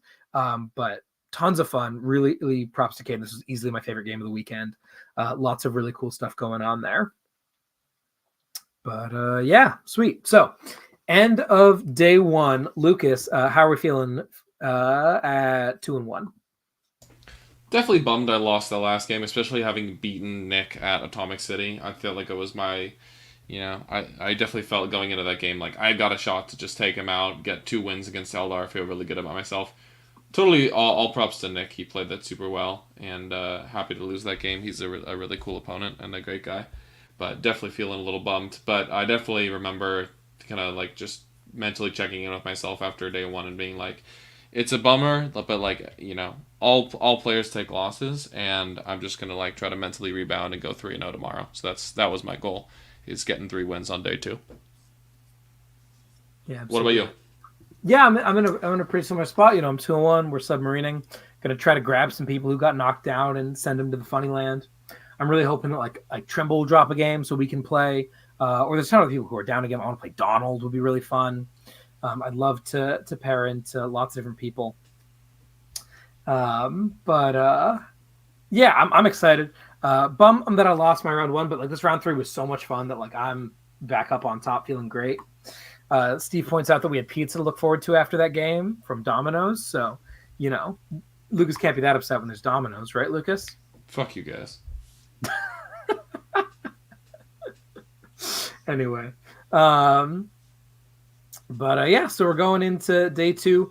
Could play anyone in this crazy Shark Tank 2-1 bracket, right? This is we're both 2-1, but there's like 40 people there, so there's plenty of other opposition. One of the fun things in our meta is that like as things have gotten more and more intense, like there's just a lot of people who are good at Warhammer now, right? The portion of dudes who are easy pickups, like very low at this point. Most people know what they're doing, and a lot of people really know what they're doing. So let's head on into round 4. Although my round 4 opponent had no idea what he was doing. I mean, my round 4 opponent was literally eating his own feces. So tell me about round 4, or Nick. What's the mission? Set the scene for you guys. What the fuck? So I woke up Sunday morning. Yeah, that was round 4, and I was like, I'm gonna check in on the boys, see if their pairings are up yet. I don't know the mission. The mission's Vital Ground Crucible Battle for those who are paying attention to that. But I was like scrolling through, just kind of seeing who got paired, and I was like, "Oh, Lucas lost his last game. Okay." And I'm like, him and Tyler are both 2-1. There's no way though. Like, there's no way that they both get paired. It's not gonna happen, right? And then I keep scrolling, and I found like table 40 or whatever, and I'm like, or table I'm out. Lucas Stroller, Tyler Martell. Oh man, it's guaranteed, dude. Happens every freaking time. I don't think we've had a tournament on this show where multiple of us were there and there wasn't a team kill. I think the only time we've dodged each other is like an RTT, which is like the lowest odds to dodge each other. Yeah, because we're all like 1-0, 2-0, and like I think we went all 3 out in RTT or some shit. Yeah, that totally happened. That's absolutely a thing. I guess did you play in that in the mall little GT? No, I don't know what I was doing then, but I didn't play. Gotcha. Yeah, it was just me and Lucas. We dodged each other there because Lucas lost too many games because he's bad at Warhammer. Definitely not because we put him on Necrons with no practice games. Mm-hmm. But anyways, yeah, Lucas and I are gonna pair. This is like the worst matchup for GSC. I hate playing into Chaos Knights so much. I would rather play into anything else. But we're gonna try. We'll do some stuff. The Vital Ground is really interesting. It's gonna add a different dynamic that we haven't tried before. Because on the one hand, it means that like Lucas can more heavily commit to just two little areas, right? He can't spread me out quite as much. But on the other hand, it also means that like I'm gonna have a lot harder time killing him off of objectives, and the primary gets a little wonky. The 6 objectives versus home field means that if I can like, my thought is if I can sit back and I can table him, just kill enough stuff to break through, then if I get to go second, bottom 5, or just late game, I can recoup some primary differential and make things happen there. But the important thing is to focus on the board state, not just on points all the time, while denying his primary. Just sort of accept that it's going to be a low-scoring game if I'm going to pull out on top. What are you thinking going into this game, Lucas? Overall, I'm feeling pretty confident. I think the turn 1 deep strike is, it's definitely interesting, but I feel like the Chaos Knights are very well equipped to deal with it because of the mortar hats, right? GSC are only gonna have if Seek turn 1 deep strike only matters if the GSC go second, because if they go first, there's no opportunity for them to put units in reserve at a time where they wouldn't just normally arrive via reserve on turn 2. So, if Chaos Knights go first, they need to be worried about the GSC returning to the shadows and then showing up at 3. But there's 2 main reasons why that isn't actually that impactful here. The first is that that's both of his turn 1 CP, right? He would spend the top of turn 1 shooting phase returning to the shadows, and the bottom of turn 1 he would have to deep strike at 3, which would be his other CP. So that's a lot of CP expenditure, and then in addition, the mortar hats are going to kill most of that Acolyte unit before it even gets to hit the table. And if it hits the table with, 2 or 3 models, and all of those models are Bombas, then I might just Overwatch and kill 1 or 2 more, and then there's kind of no point in even showing up in the first place. So, I think CK are very well positioned to deal with it. It does throw another wrinkle in, right? I need to think about it and plan for that. Especially while trying to play around the aberrants. But overall, I don't feel like it's the biggest deal. Vital Ground is also pretty interesting, like Tyler said. I think it is pretty advantageous for CK, because it really lets me concentrate my forces and let them fight around only a couple places on the battlefield. And then every once in a while, a dog can run into his backfield to deny a couple points. It's not that big of a deal if he scores that objective, though, because it's only worth 2 victory points. So, yeah, overall feeling pretty confident. I decided to go fixed this game. It was one of the only games I took fixed in the whole event. I think it was the only game I took fixed. I took Assassinate and Deploy Teleport Homers because Tyler still has 6 characters. So I figured that would be a pretty easy 35 on secondary. Makes sense to me. Sweet. So there's some cool back and forth here. My aberrants absolutely pop off on the front half of this game, which was awesome. I deploy them pretty aggressively and then don't redeploy them out of the way because Lucas respects them pretty hard. Oh, let's talk about the Ridge Runners, Lucas. What do you think? How do you feel like those affect the matchup? They definitely are scarier than one more deep striking infantry unit for sure, because they're just an additional factor, an additional wrinkle of this unit has longer range than I'm able to respond to, and if Tyler goes first, they're just going to sit at one angle and plink away at me in a spell where I can't really respond that well. So was definitely scared of them. Glad I went first. Because, those guys can, with the 36-inch range, long range anti-tank is kind of a problem for CK, because it can play at a distance where, it shoots the most exposed dog and then creeps up a little bit, shoots the next most exposed dog, and CK will never actually get to respond to it.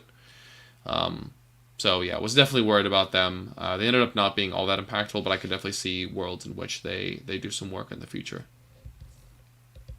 Yeah, absolutely. I think in hindsight, I'd probably leave them on the table. I think so. Yeah. I ended up pulling them into reserve thinking, oh, I really want to actually get maximal value out of damage piece. And if they pop off and do unexpected amounts of damage, great. But it means that I don't have to spend any CP on them. I ended up having to ingress them. That was the other things that Lucas was in. Lucas is really good at screening strat reserves, especially with the Nurglings. So if I'm not actively deep striking in a way to make sure that I maintain pockets to put Ridge Runners in, they're just not going to be able to do anything impactful. Yeah. So that was a mistake there. But yeah, so Lucas goes out. He gets 2 brigands with shots on the. I think it's 2 shots into the aberrants, and then 2 carnivores charge the aberrants, and in total you killed 4 of them. Yeah, it was not fantastic. Muscles. And then the aberrants are like, cool, split our attacks evenly and do 9 damage to one carnivore and 9 damage to the other. And they're like, I've got both of you by the balls, man. Don't go anywhere. It was very funny.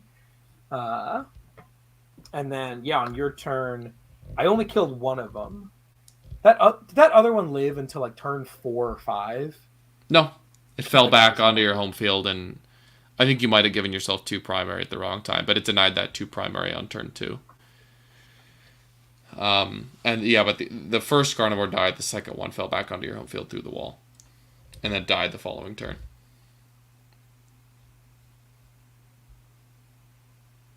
Right? Okay. That sounds vaguely right. Yeah, either way. Yeah. And seeing your secondaries are quite funny. Every single one of them you score highly every single turn and then discard the other one. Yeah.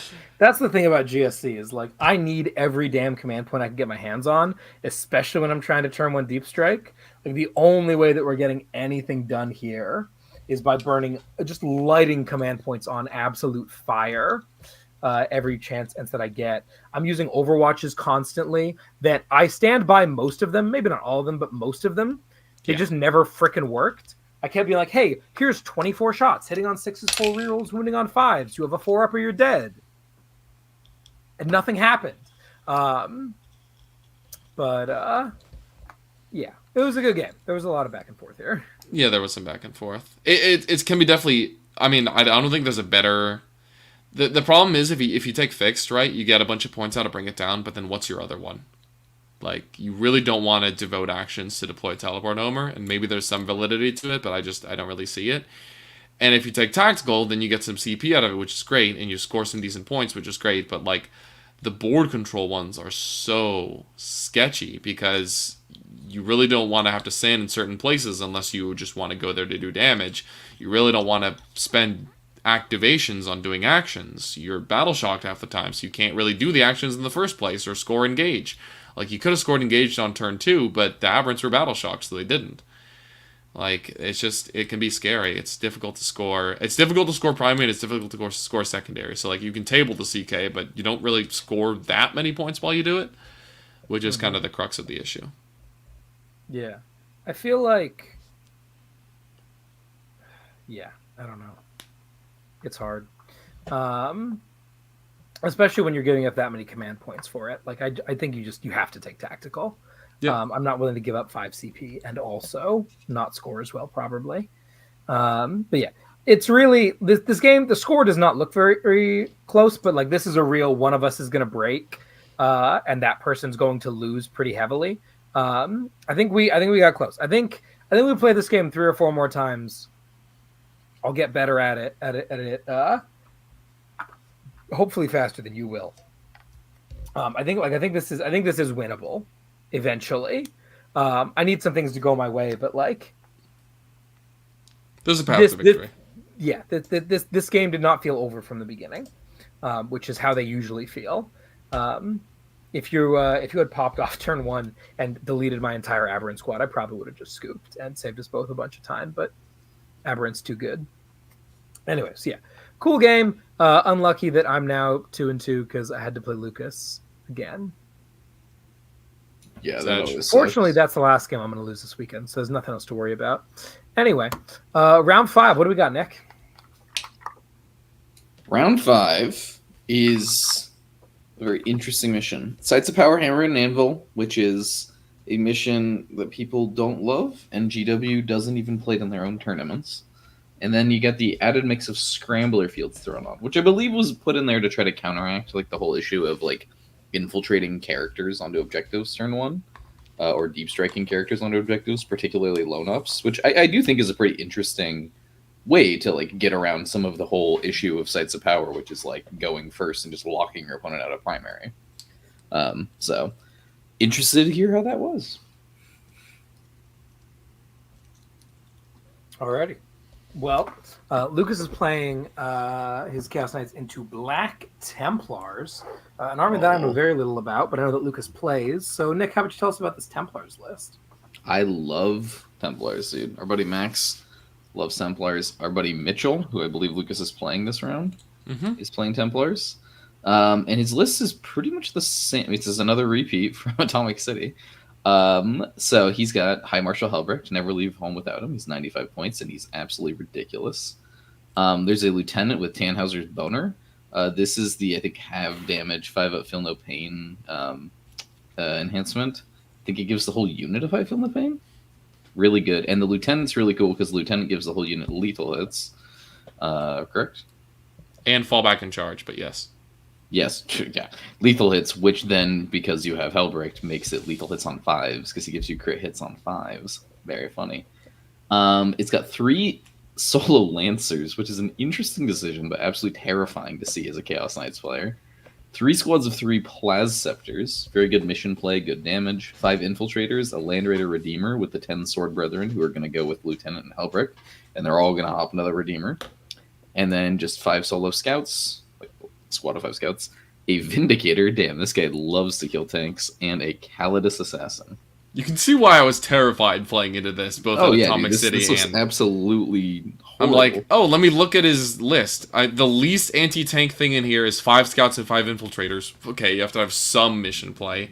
And then after that, it's 3x3 Inceptors, which still shit on War Dogs. It's like, Jesus, man, this is terrifying. So, yeah, another Atomic City rematch. This time on the clowniest mission that I've ever clowned. And, this was a pretty interesting game. Luckily, this time I went first. And this is a matchup where tempo and board position matters so much. Whoever can make it to the objectives and force the other person to go for awkward trades first is going to be in a good spot. Last time, Mitch went first and crammed the center with his Redemptors and Land Raider. Here he's dropped the Redemptors, which is bad for CK because they don't mind killing Redemptors at all. In exchange for another, like an Infiltrator unit and some more Inceptors and a Vindicator, which is terrifying. So definitely feeling pretty sketched out, but get to go first, which is pretty big. And on turn 1, I draw some great secondaries and force Mitch to start pushing up in awkward ways. So he does to respond to me, and that turn whiffs a little bit, which automatically kind of like puts him on the back foot. Crucially, the Vindicator utterly failed to kill Mr. Scribbles, who just T-posed on a midfield objective immediately. Let's go. Vindicator was deployed in the line, was looking right at Scribbles, rolled up to 1 inch short of the objective. He's like, shit, I could advance. I need like a 3 to get on this objective. Or instead I could shoot you and like very likely kill you. And he's like, I'm just going to shoot you because I want to get rid of Mr. Scribbles. And I'm like, bet, bro. Vindicator does 2 damage to Scribbles. Scribbles scores me 6 on the primary. Let's go! That's Scribble. The king.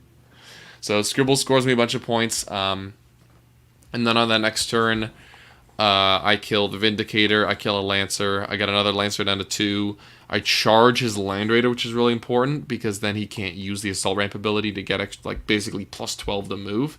So that Carnivore who charged in was basically dead, but signed off to the Dark Gods in exchange to keep his brethren safe, which is pretty sick. So I got the Land Raider down to like 3 wounds. So I killed 3 hulls and half health 2 more hulls.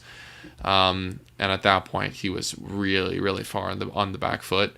And though he scored very well on his secondaries and pretty decently on primary, just by eventually, I killed everything else in his army except for the Hellbreak brick, so I got to sit on 2 midfield objectives and score 6-9 points on primary every turn. I was just too far ahead on material and board position, so I ended up winning by like 22 points. Pretty interesting game. Definitely could have gone the other way. And an important lesson in just like mentally staying in the game. Mitch, like there was definitely a point where on turn 2, there was like a moment where I forget exactly what happened. Oh, his Vindicator failed its morale test, and I killed it with Terror Shades. It then exploded and did a wound to a Lancer nearby, who was then under starting strength, so he needed a test, and then failed his morale test, which denied him the ability to like score. I forget. I think he needed it to like. I forget exactly what it was for, but it was impactful in some way. So there was just like a funny series of events there, and he was just like, "Oh my god, I've lost the game," and so he just kind of like sat there for 5 minutes and was like, "What do I do? This is so doomed." I like Mitch, but it felt good to do that to someone and be like, "Yes, I am in control of this game, you Imperial dog." So yeah, it was a fun game, and definitely scary to go up against as much anti-tank, but managed to pull it out. Very cool. Very cool. Do you worry, like big picture here, about Sites of Power as a 2-character army, one of which is like both of which are pretty vulnerable, frankly? Like, is this a mission that you're concerned about if you know that it's going to be in the pack? Somewhat. I think this mission against problematic armies can be a big issue, but just in general, I don't think so. A couple reasons why. The first off is I don't think Sites of Power is going to be played that much, so just on principle, like the volume of games I'm going to play on this mission is probably not that high. And secondarily, even though you get extra points for having characters on objectives, I'm very good at denying opponents primary, so they're also not going to be scoring that much midfield as well. And those 2 characters are the least important units in my army in terms of like, they can totally shoot my Stalker and Scribbles, but I can plan for that and say, if you want to shoot those, you can deny my extra 3-6 points on primary I might get this next turn. But that might mean that another Carnivore and a half is going to live, and that's going to then charge you next turn. So there's ways to play around that a little bit. So, but into something like maybe Space Marine Vanguard, that could be problematic for Sites of Power because they have those low op lieutenants, that kind of thing, that are just really problematic for CK to track down. And if those are not only being obnoxious, but also scoring lots of primary, that's where it gets to be an issue. Very cool. Sweet. Finally, we actually get a faction that Nick knows a thing or two about. Tell me about this Necron list, Nick, and tell me what you think of it. Oh, Necrons. So yeah, this is old Necrons. The new rules were not out yet before this at the time of this tournament. And we got a Hexmark Destroyer, a Locust Lord, a Overlord with the Hypermaterial Ablator. That is the cover outside of 12 and -1 to hit and shooting. A Technomancer, another Technomancer with the funny hat.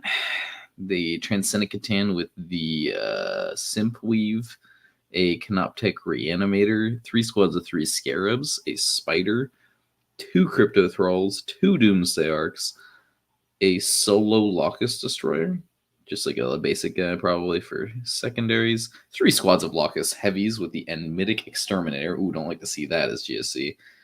10 Bitch Guard, and 3 Tomb Blades.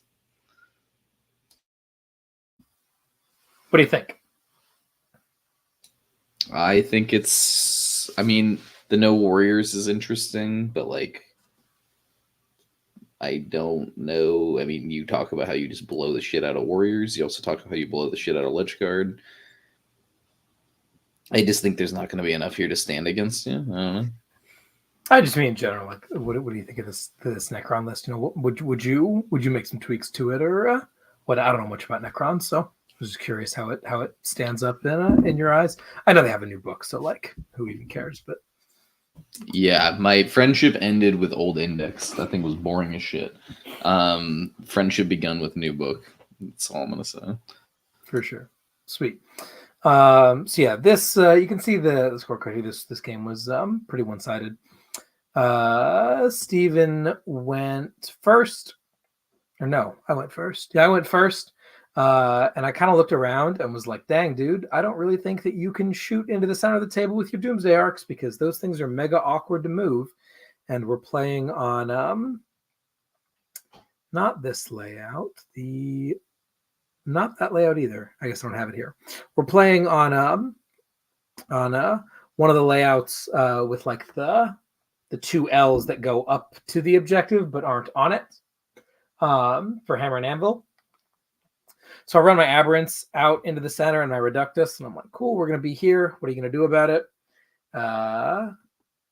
The Reductus deploys a Teleport Homer, and they secure No Man's Land. And he's like, yep, cool, that's fine. Or not secure, no, behind him, cleanse. Sorry, yeah. The Reductus cleanses the objective. I discard behind for a CP. Over to you, dude. And he runs forward with his Lich Guard and like advances them right up into the middle there. Has them deploy a Teleport Homer, uses the strat to let them advance and shoot, or advance and act. He runs Tomb Blades up the left flank, drops the T-Catan on the right flank to get Secure No Man's Land, and is like, all right, dude, what are you going to do about it? And I was like, well, I'm going to kill your Lich Guard brick, and I'm going to kill your Transcendent Catan. And he's like, there's no way you're going to do that. That'd be absolutely absurd. That's like 900 points of shit. If you kill all of that, I'll scoop right now. And I'm like, bet. So, yeah, that's what we did. Yeah, not an especially exciting one there. Bomba does Bomba related things. Aberrants do Aberrant related things. Neophytes pick up the Transcendent. It's durable, but like I'm GSC. Sounds about right. Yeah, nothing crazy exciting on this one. Cool. That brings us into round 6, the final round, where we are playing my least favorite mission, which is Purge the Foe. Gotta kick me while I'm down, I guess, and search and destroy. So table quarters, so you don't actually get distance from your opponent at all. Dude, so finally, a reasonable mission for the finals. Let's go. This is not a reasonable mission. This mission's terrible. Oh, wait, search and destroy. I mean, there were 2 in the tournament that were worse than it. That's true. Somehow. Yep. So we're playing the mission.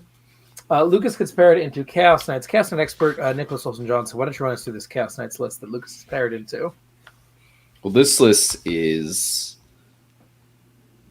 I was gonna say better because I thought he had 6 carnivores, but he doesn't. So it's got a Stalker with Aura of Terror, 6 Brigands, 5 carnivores, Mr. Scribbles, and the Change Guy. So it's basically Lucas's list, except like there's no Nurglings. There's a Change Guy. There's also one, other than that, I mean, the 3 Nurglings for Change Guys, the obvious swap, but he also affords Aura of Terror, which ordinarily doesn't do all that much, but in the mirror is actually really important, because it means there's 1 less dog that has to guard your home field permanently. Yep, because Aura of Terror is the sticky objectives. Yep, and my Nurglings can deep strike in, but they're OC0, so they won't unsticky it. So, definitely a really interesting match. Kind of scary to play this one on Purge the Foe when I have 3x3 Nurglings, and he's got another Lone Op in exchange for that. It just means that I have to put the Nurglings all in Deep Strike, and can't use them until turn 3, basically. I go second here, which is nice. Gives me a little bit more control over Killmore, although Jake puts his foot on the gas immediately, and which means I'm probably not going to get hold more very much, which is kind of scary. Brigands are actually pretty crappy in the mirror, and the reason why is because you look at a shooting opportunity to move up, look at your opponent and say, there's like a 20% chance I'm going to instantly kill your dog. There's a 20% chance I'm going to do some damage to your dog. There's a 20% chance your dog is going to be almost dead, and there's like a whatever's left 40% chance your dog will take no damage. And no, like, those are odds that you have to just take at some point during the game, and, like, we were both just taking those shots at each other all the time. But that's never fun, to, like, walk up to your opponent and be like, you know, I'm probably going to do some damage to you. There's a low chance I'm going to one-shot you, which is going to feel shitty. And there's a lowish chance you're going to take no damage at all, which is going to feel shitty for me. So that's why Brigands are super sketchy. Carnivores, by contrast, hit on 2s, 1 on 3s, basically no save. Very high damage with 3 times the volume that the Brigands have. So the Carnivores in the mirror matchup and into other tanks just kind of in general, especially tanks with invulns, are money. So we were both kind of safeguarding our carnivores. Jake did throw 2 of his up right away, but kept the other 3 back as kind of like a reserve, which I thought was really smart. 2 carnivores up front, 6 brigands as the second wave, and then the 3 carnivores come in at the end and clean up. I kind of played all of mine in a second wave, so like my turn 2 was very devastating. I was able to get a bunch of secondary points on that turn and get kill more very easily. I think on that turn I killed like 5 or 6 dogs or something absurd like that. But then he came up in response and cleared out all of my carnivores with all of his, which meant that at that point I had like 1 turn for my brigands to kill his carnivores, or else the game would instantly be over. Luckily, I made that happen and took out like 2 of them, locked up the last one. So wasn't super awful, but like there was definitely a sketchy moment where I'm like, well, if he makes all of his invulns this turn, it's just turbo over. This matchup's also very sketchy. This was definitely like it was simultaneously the dumbest game I played all weekend and also the most fun, because we both knew our armies really well. It was a close game. There was a lot of like cool strategic decisions being made, and it was also like lots of just random dice moments and things like that. Part of what makes this matchup so sketchy is the leadership checks, right? Because everyone has a mortar. We spend the first turn shelling each other with mortars. Half of everyone's dogs takes the damage, and then the rest of the game they're like taking leadership 8 battle shock tests or not doing anything, which is just so stupid. Yeah, part of the reason I end up winning this game, I do win 88-79, is even though Jake pulls ahead a little bit on the primary because of all of his early hold mores and the ability to sticky objectives in succession, I do have those Nurglings, and I was just a little bit more cognizant of the secondary cards that I A was drawing and B could draw in the future. So I set myself up for success on a lot of those late game draws where we didn't actually have that much stuff left, where Jake kind of ran out of things that were, even though he kept passing those damn leadership 8 checks, he still just was not that able to accomplish his secondaries, whereas my Nurglings and my couple remaining brigands got me a lot of points in the late game. So yeah, really fun game. I'm not that interested in playing the mirror again because it was just kind of a dumb clown fiesta where I definitely could see just dice spiking one way or the other and it being not a fun game.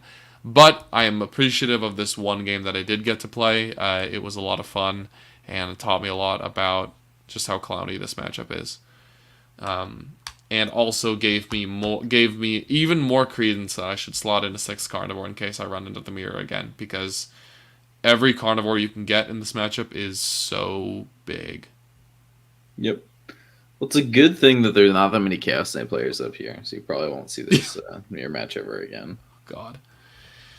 Oh, also, guys, the Changeling. So obnoxious to deal with. Can I tell you about the conundrum? Not the conundrum, but just the dilemma that I faced of turn 2 being like, well, I need to walk into Melter range, or I'm not going to do anything at all.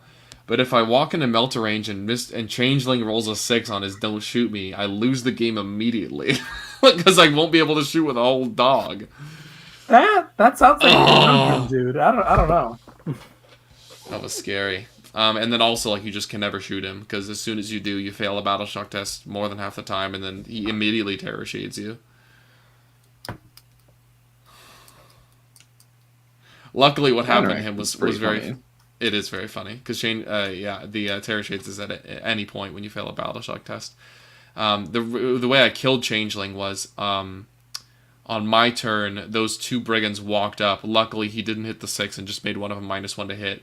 Those brigands melted his carnivore in the middle of the table. The carnivore exploded, did 3 wounds to the Changeling.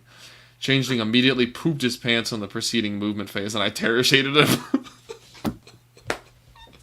Or not the preceding movement phase, but the following command phase. So he just instantly died to a random explosion, mortals, and terror shades. Which was just super stupid. The birds, dude. The birds don't like the birds. The birds.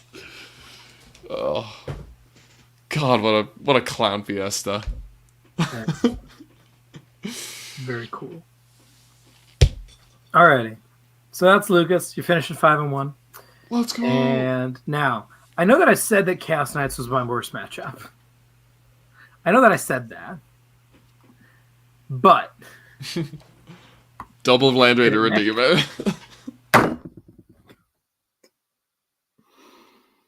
tell me about it, Nick. Well, this is a Chad list, dude. And I'm sure that he drove them right into the middle like he absolutely should do. This is Firestorm. So this is one of those new detachments which gives every Marine gun in the army assault, I believe. Which Marines are like not that slow, but they're not that fast. And all of a sudden you give them assault, they're like pretty fucking fast. Especially when they're Land Raider Redeemers, which move 12 for some reason, right? Don't know why that thing moves 12, has the best guns, and can carry 12 guys with an assault ramp. But, you know, sure, so it is what it is. Firestorm also has some really cool strats, notably like 2 CP dev wounds on flamers, but it's also a battle tactic, so it can be free with a captain. And there's a 1 CP plus 1 to wound against the closest, but you have to be within 6. That one, it's a little wanky. Don't know how good that is in a GSC, but like being able to punch up is pretty good. And they also have +1 strength with their guns if they're within 12 of you, I believe. Yeah, that wombo combo quite a bit. is sexy with Inceptors, by the way. Yeah, because if Inceptors are able to get within 6 of you, and they go from strength 8 to 9, and then their strength 9 plus 1 to wound, they can be really good breakpoint. Same thing with the Flamers going from strength 4 to strength 5. They can be a great breakpoint, and with +1 to wound thrown on top as well. So we got a captain in Gravis armor. This one I believe was played by a friend of the show, Alex Elmore, correct? Cool. Yep. We got the lieutenant. We've got the Vulcan Heston. 2x6 Flamestorm aggressors. Jesus. Company heroes, which hang out with Vulcan Heston. 6, 3, and 3 Plasceptors. 2 Land Raider Redeemers. 3x5 Scouts. There's more. And a Calidus.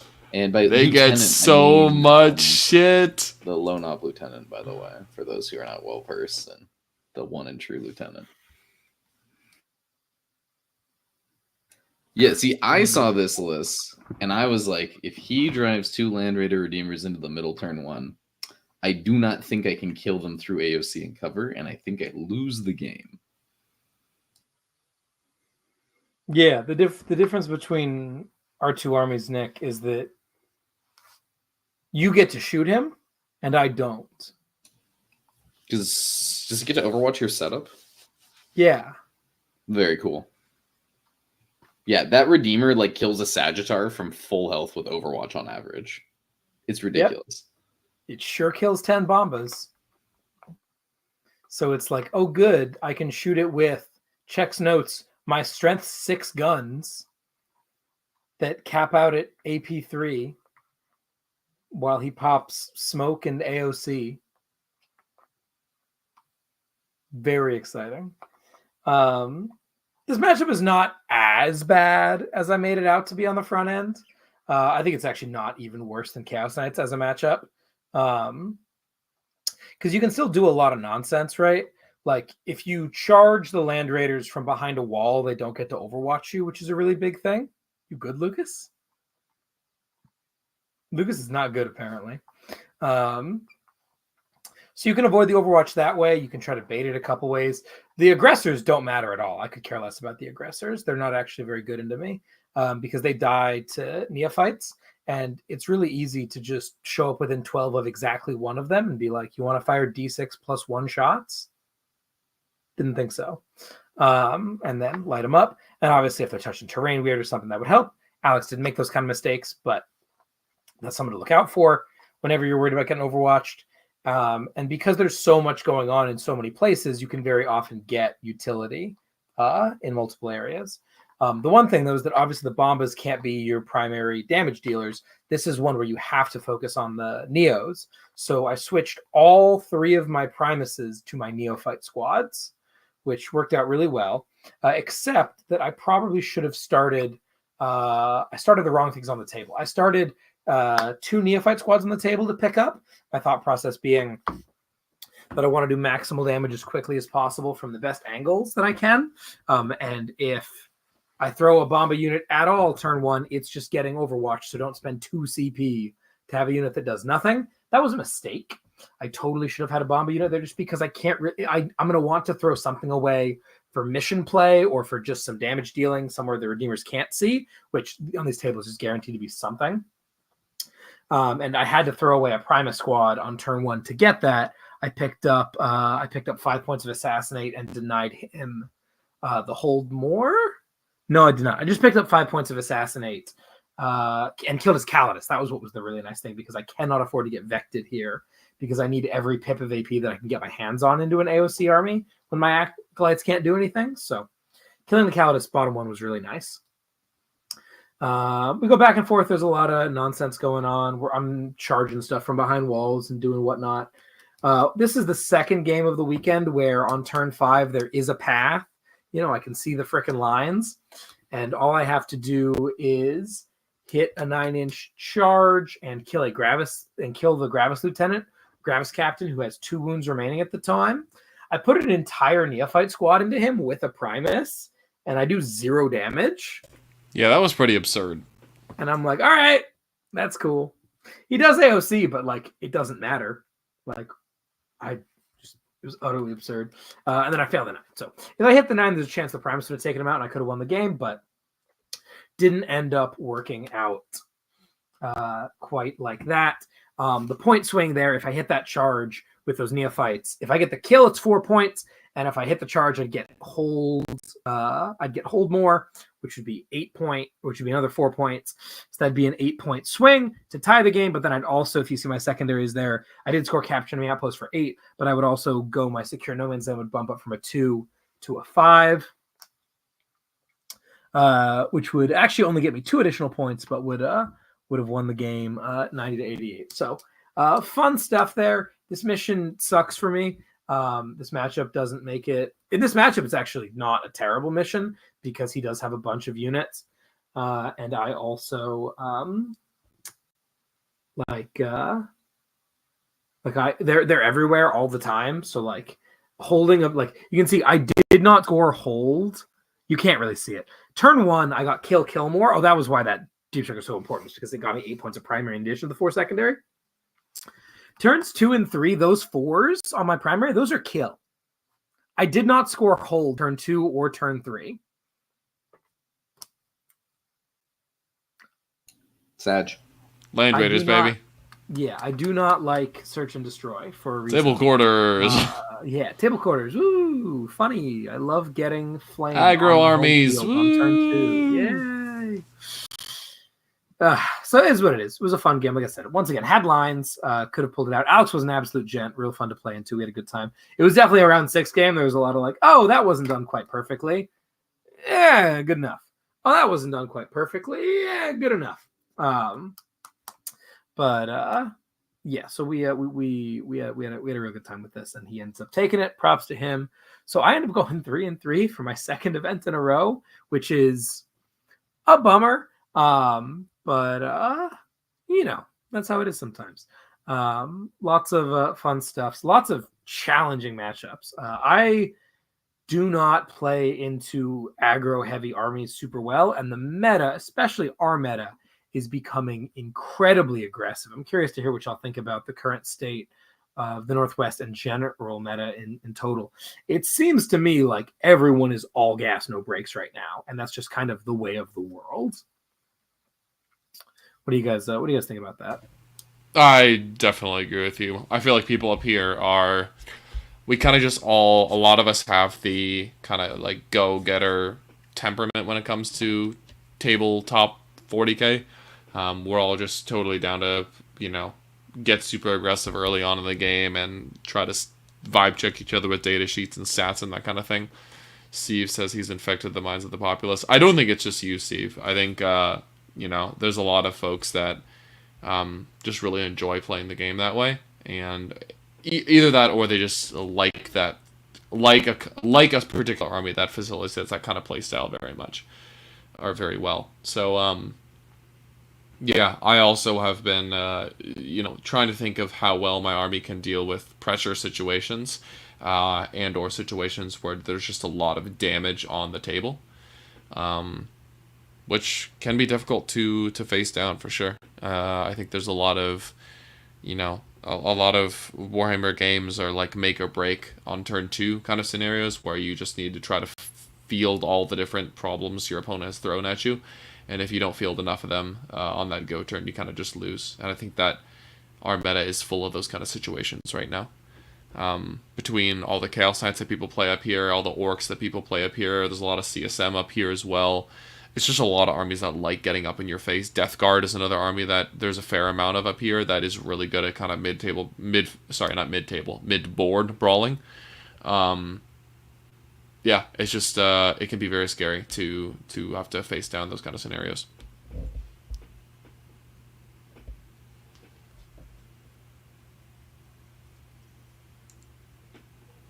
I couldn't have been that eloquent.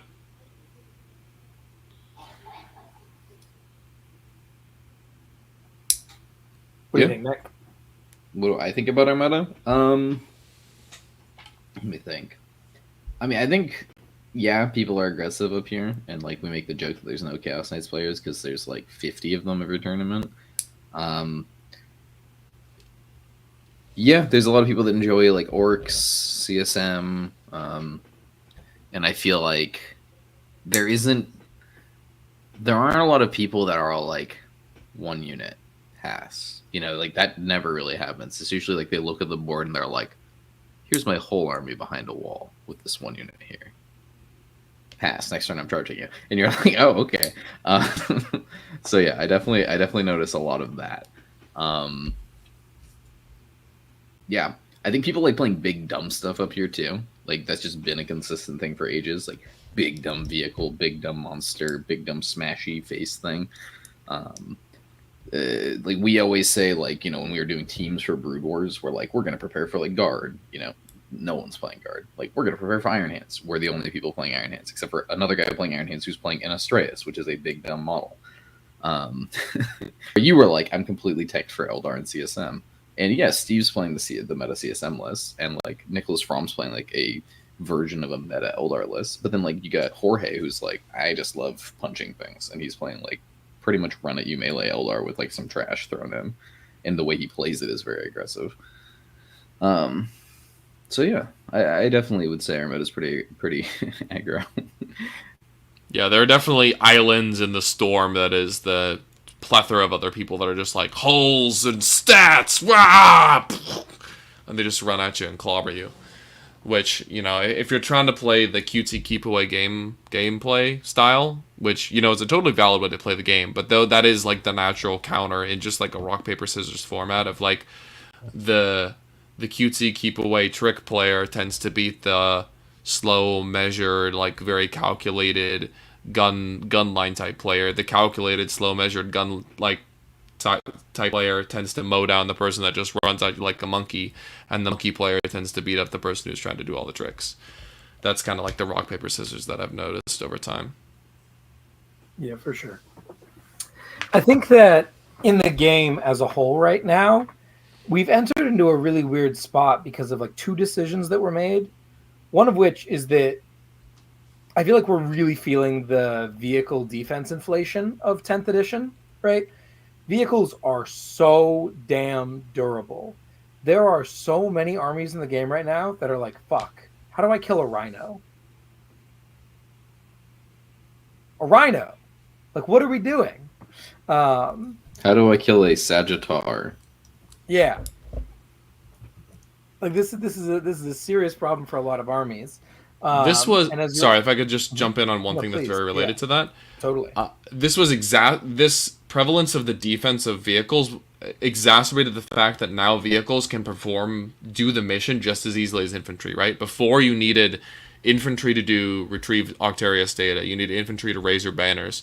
You needed infantry to like move block your opponent. Well, I guess that's not as related, but those things that required you to like do actions. Now you can have a truck or a rhino or a whatever the hell, Sagittar deploy teleport homer for you, no problem at all. You don't actually need infantry to do those things. So your infantry are basically just taken if they have a good data sheet or a good rule in their like ability section. That's it.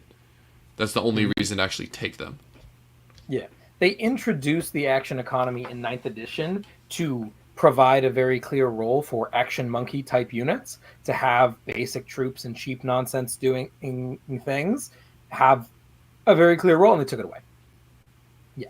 The best homeward deployer, like we joke that it's a spore mine, the best homeward deployer is a Sagittar, followed closely by a Rhino. Like, that's the reality of the situation right now. No, dude. The best homeward deployer is a squad of bikes that moves 21 and then a solo champion, dude. That's 60 points. Sure, dude. Whatever the case. And then your cars are cleansing, dude. Exactly. Yeah, those cleansing cars. So that's a problem. And then the thing that ties in with is the relative deflation of anti-tank weapons on infantry units, right? Right now, if you want to kill a tank, the best thing to kill a tank is another tank in basically every faction. Like we talk about that sisters situation where you can set up a perfect combo to have your Meltas kill tanks using this lethal hits shenanigan. Yeah, take 3 characters and save up all your miracle dice, and then you can like probably kill one. Then your Melta guns can hopefully kill a Rhino. Like, what other infantry unit kills tanks? Like Bombas, they're okay at killing tanks. Totally. Yeah, I'm trying to think of other infantry that even do a reasonable job. Acolytes are okay. Yeah, so I say, yeah, Bombas do okay for sure. Neophytes pile of strength 6 guns. They can if it's not T12 for sure. If it's not, it's like save, yeah. What do you count as infantry? Like, do you count Inceptors? That's a good option for sure. But also Inceptors are not that good at killing tanks. Centurions. That's a decent tank killing unit right there. Votan are like Votan infantry and melee if you have tokens. But like, yeah. It's like goofy combo shit. It's not like this guy has a good profile at shooting a tank. Yeah. And even the things that are dedicated to defeat tanks here, we talk about how terrible Shot Cannon Hive Guard are. I know that you've become like incredibly unimpressed with Thunderkin recently. Like, anti-vehicle is just not that strong of a keyword because of AP deflation combined with toughness inflation. Like, it's also AP, vehicles gaining cover. Deflation. It's vehicles having perma cover, and now what it really is like we're hitting this meta of 2-up armor vehicles with access to AOC. So it's like, what's the point of even bringing my AP2 anti-tank 2-up gun if you're just going to get 2-up saves? Yeah. So again, the result is, where do people find their anti-tank? They're finding it on other tanks. Right. Hammerheads entering the meta. Lancers, very big piece of the meta. Chaos Knight Thermal Spears, very big thing in the meta. What other Castigators? Not as good, but like still very good. Night Spinners. I mean, a Night Spinner is not an anti-tank weapon, but yeah. Have you had a tank be shot by them before? Oh, I guess I'm not actually. I'm like, yeah, my Ridge Runners died to indirect. That's what Ridge Runners do. But no, I guess none of that has to do with the particular stats of the Ridge Runner because he's wounding me on 5s either way, and I still have a 3-up save either way. So yeah, they are pretty good at killing tanks because the Dev and the Twin Linked seems good. I don't like tanks. But yeah, and then Demolishers, Assure Russes, you ran into, they're pretty good at. So like, I don't know. I'm curious to see how this continues on. Fortunately, it seems like the Necron and AdMech books are not doubling down on this, right? Like, I haven't seen anyone talking much about AdMech tanks. I think there's an AdMech hull thing that could definitely be real. Because they can field a lot of dirt cheap chickens. Oh, the chickens, yes. The like 30 chicken list or whatever. It is unfortunate that list will bankrupt you though. Printer go brrrr. And more importantly, like, no, we don't print models. It's illegal, dude. Oh yeah, my apologies. I don't commit IP theft. Anyway, TTS exists, and also people are willing to spend absurd amounts of money on things in this game and do whatever they need to do. We have like half a dozen chickens in our under the stairs closet, don't we? That's true. You always everyone's got chickens, you know. They're always around. Keep them around. Yeah. They're always around. So But yeah. yeah, that's interesting. I think it's mostly, I don't mind vehicles getting cover. I think it makes sense. I also don't mind vehicles doing actions. I think that's really cool. And like thematically, it makes sense that the crew of this vehicle do more than just drive their buddies around. It's kind of like cool in my head that they like climb out, they like reach a safe part of the battlefield, like clamber out. They're like gathering valuable data and like interacting with the board that's not like them inside the tank. I think that's Can cool. they not do it in combat? Huh? Could they not do it in combat, please? Maybe. Yeah. Chad Sagittar be like, perhaps Don't not. worry. But either way, it should just be factored into their cost. I think vehicles, like just in general across the board, could probably go up 5 to 10% pretty safely, and people would probably try to fit the same proportion of them into the list. Or maybe just like cut one, which is kind of right where you'd want to be. I think if vehicles went up 5 to 10% and infantry stayed the same, we'd see a more like holistic approach to a lot of people's lists. Yeah, for sure. A lot of these like vehicle on vehicle fights also promote like very just like annoying gameplay interactions too. You know, where you're getting shot by a Sagittar and you're like, well, there's a 30% chance I take no damage, there's a 20% chance I die instantly, and there's a 50% chance I take 3 damage. Time to spin the slot machine. Same thing with Brigands, same thing with Lancers, same thing with insert your 2-shot vehicle of your choice. Like, God, those interactions almost always feel terrible, right? Like, either you or your opponent is going to feel shitty. Like, my Brigands popped off. I feel so cool. My opponent is feeling shitty. Yay. Versus, you know, oh, I failed both the Invulns against the Lancer. I guess I die. Skill game. So, those, like Hammerheads also. God, like, playing against those, like, 1 or 2 shot weapons where you're not sure if you're going to take 0 damage or 20, it just feels bad. Yeah, for sure. Ugh.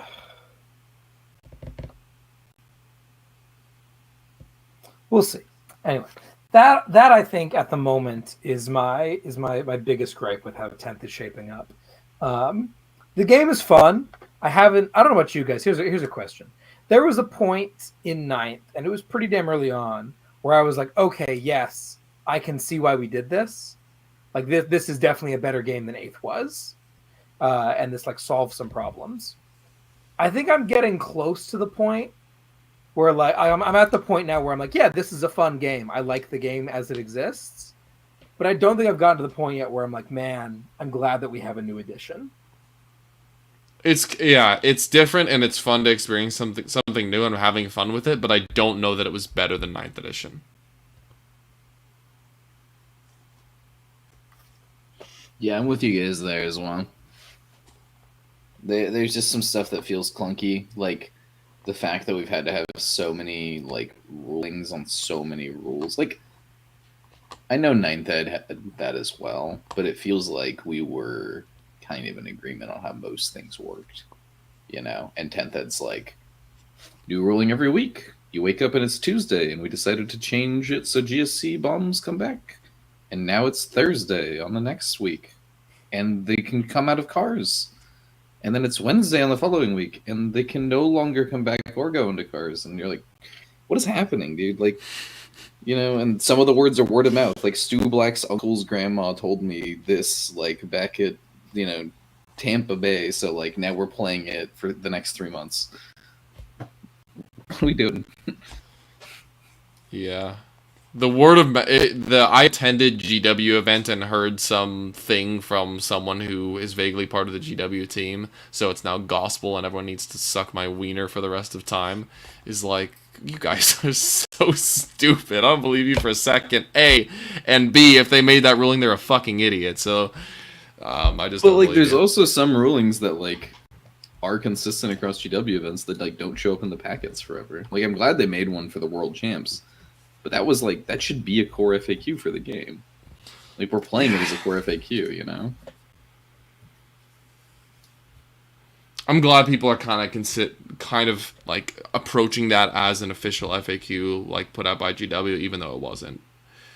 Because if we still had to continue to answer all of these questions 24/7, I mean, at least this is true locally, where we're all just like, yeah, let's just accept that this is now the way things work, as opposed to, oh, I hope I've heard all the things I need to hear about the different rulings that we need to know from someone who went to a GW event 4 months ago.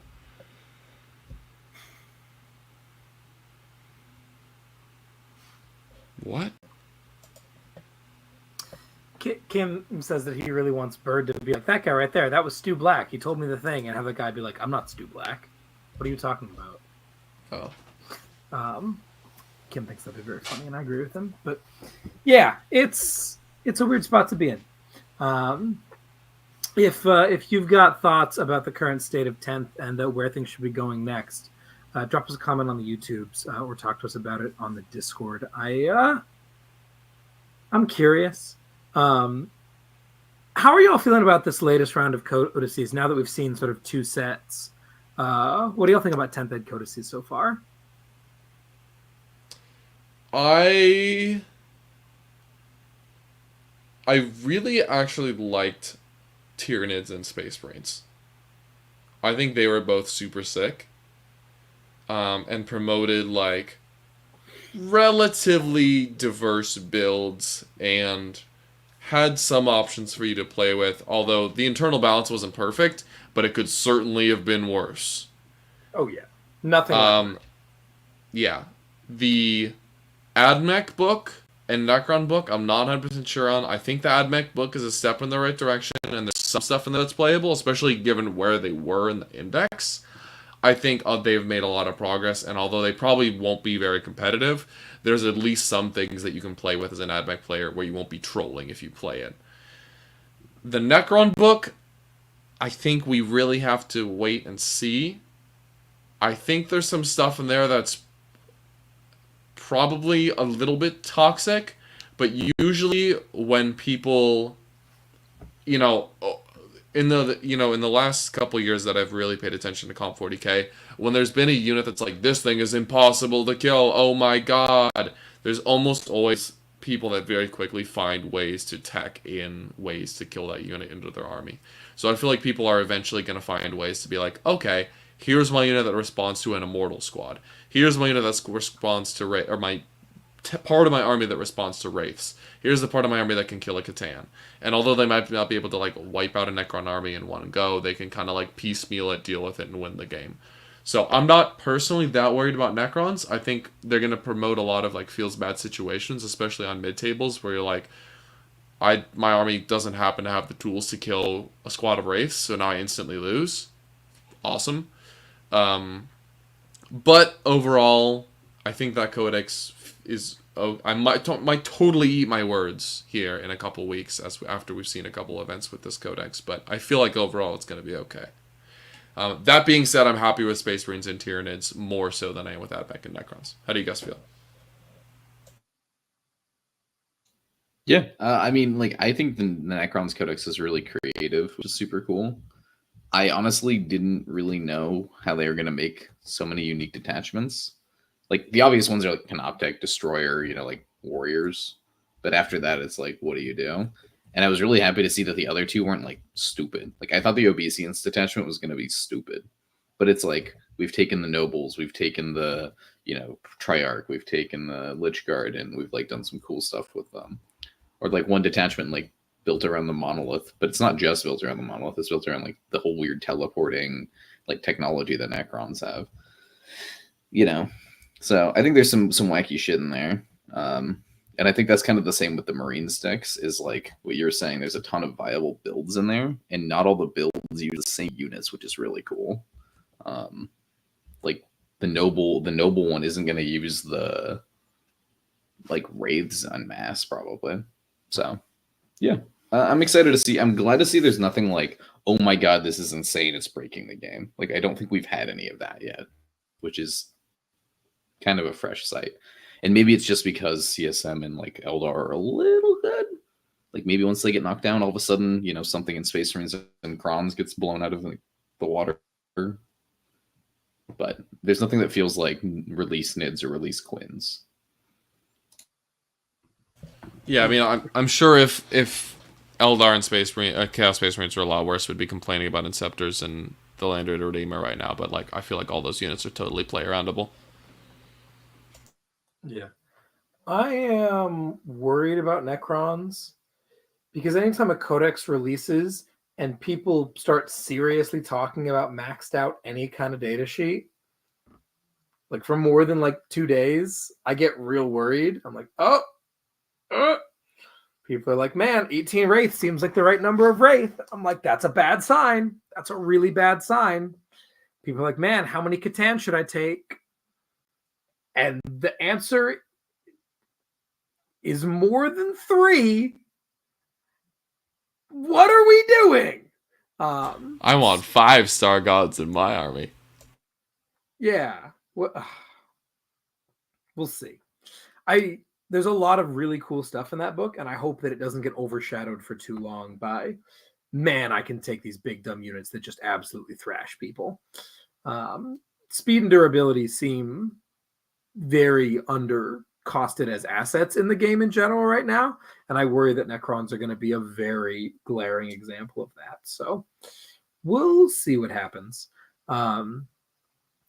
I hope that I'm wrong, but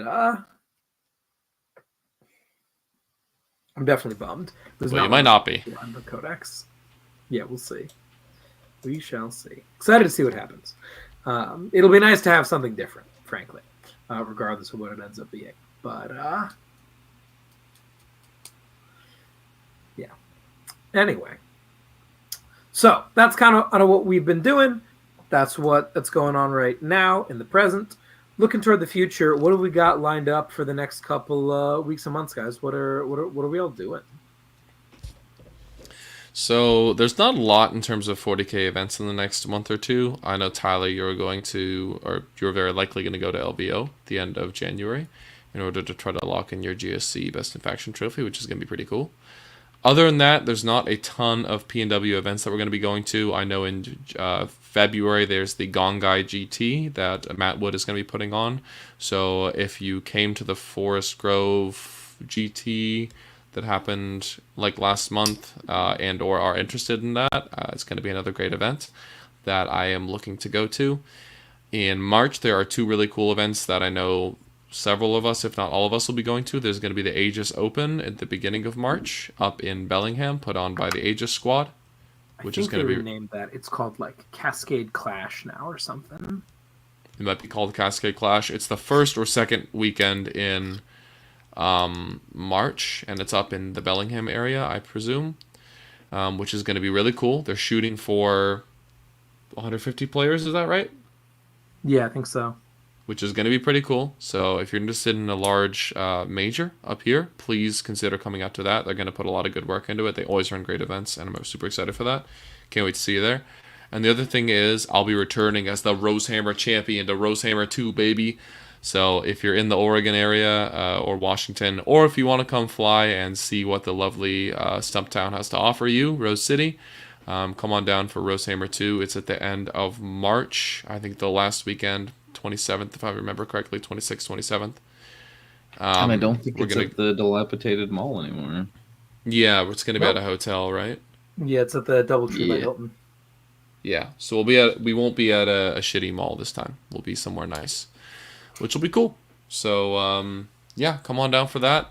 Excited to see you guys for that one. That should be last year. I think we rolled dice with 80 something people. So it should be a larger GT / major. Either way, going to be a lot of fun. So try to come out to those 2 events in March if you can. Both the organizers do a lot of good work, and we want to support them. Other than that, anything else you guys want to mention? That's about it. How did the best Votan do? Dude, did he give out best in faction trophies or ribbons this year? Yeah, it was the mustache man for the Vanguard Tactics jersey. I think he went 4-2. Andrew. Yeah, Andrew. Let's go. Is he Johnson? Andrew. Unfortunately, we had 3 Votan people drop, which was super sad. Who were the other 2? Chuck dropped, and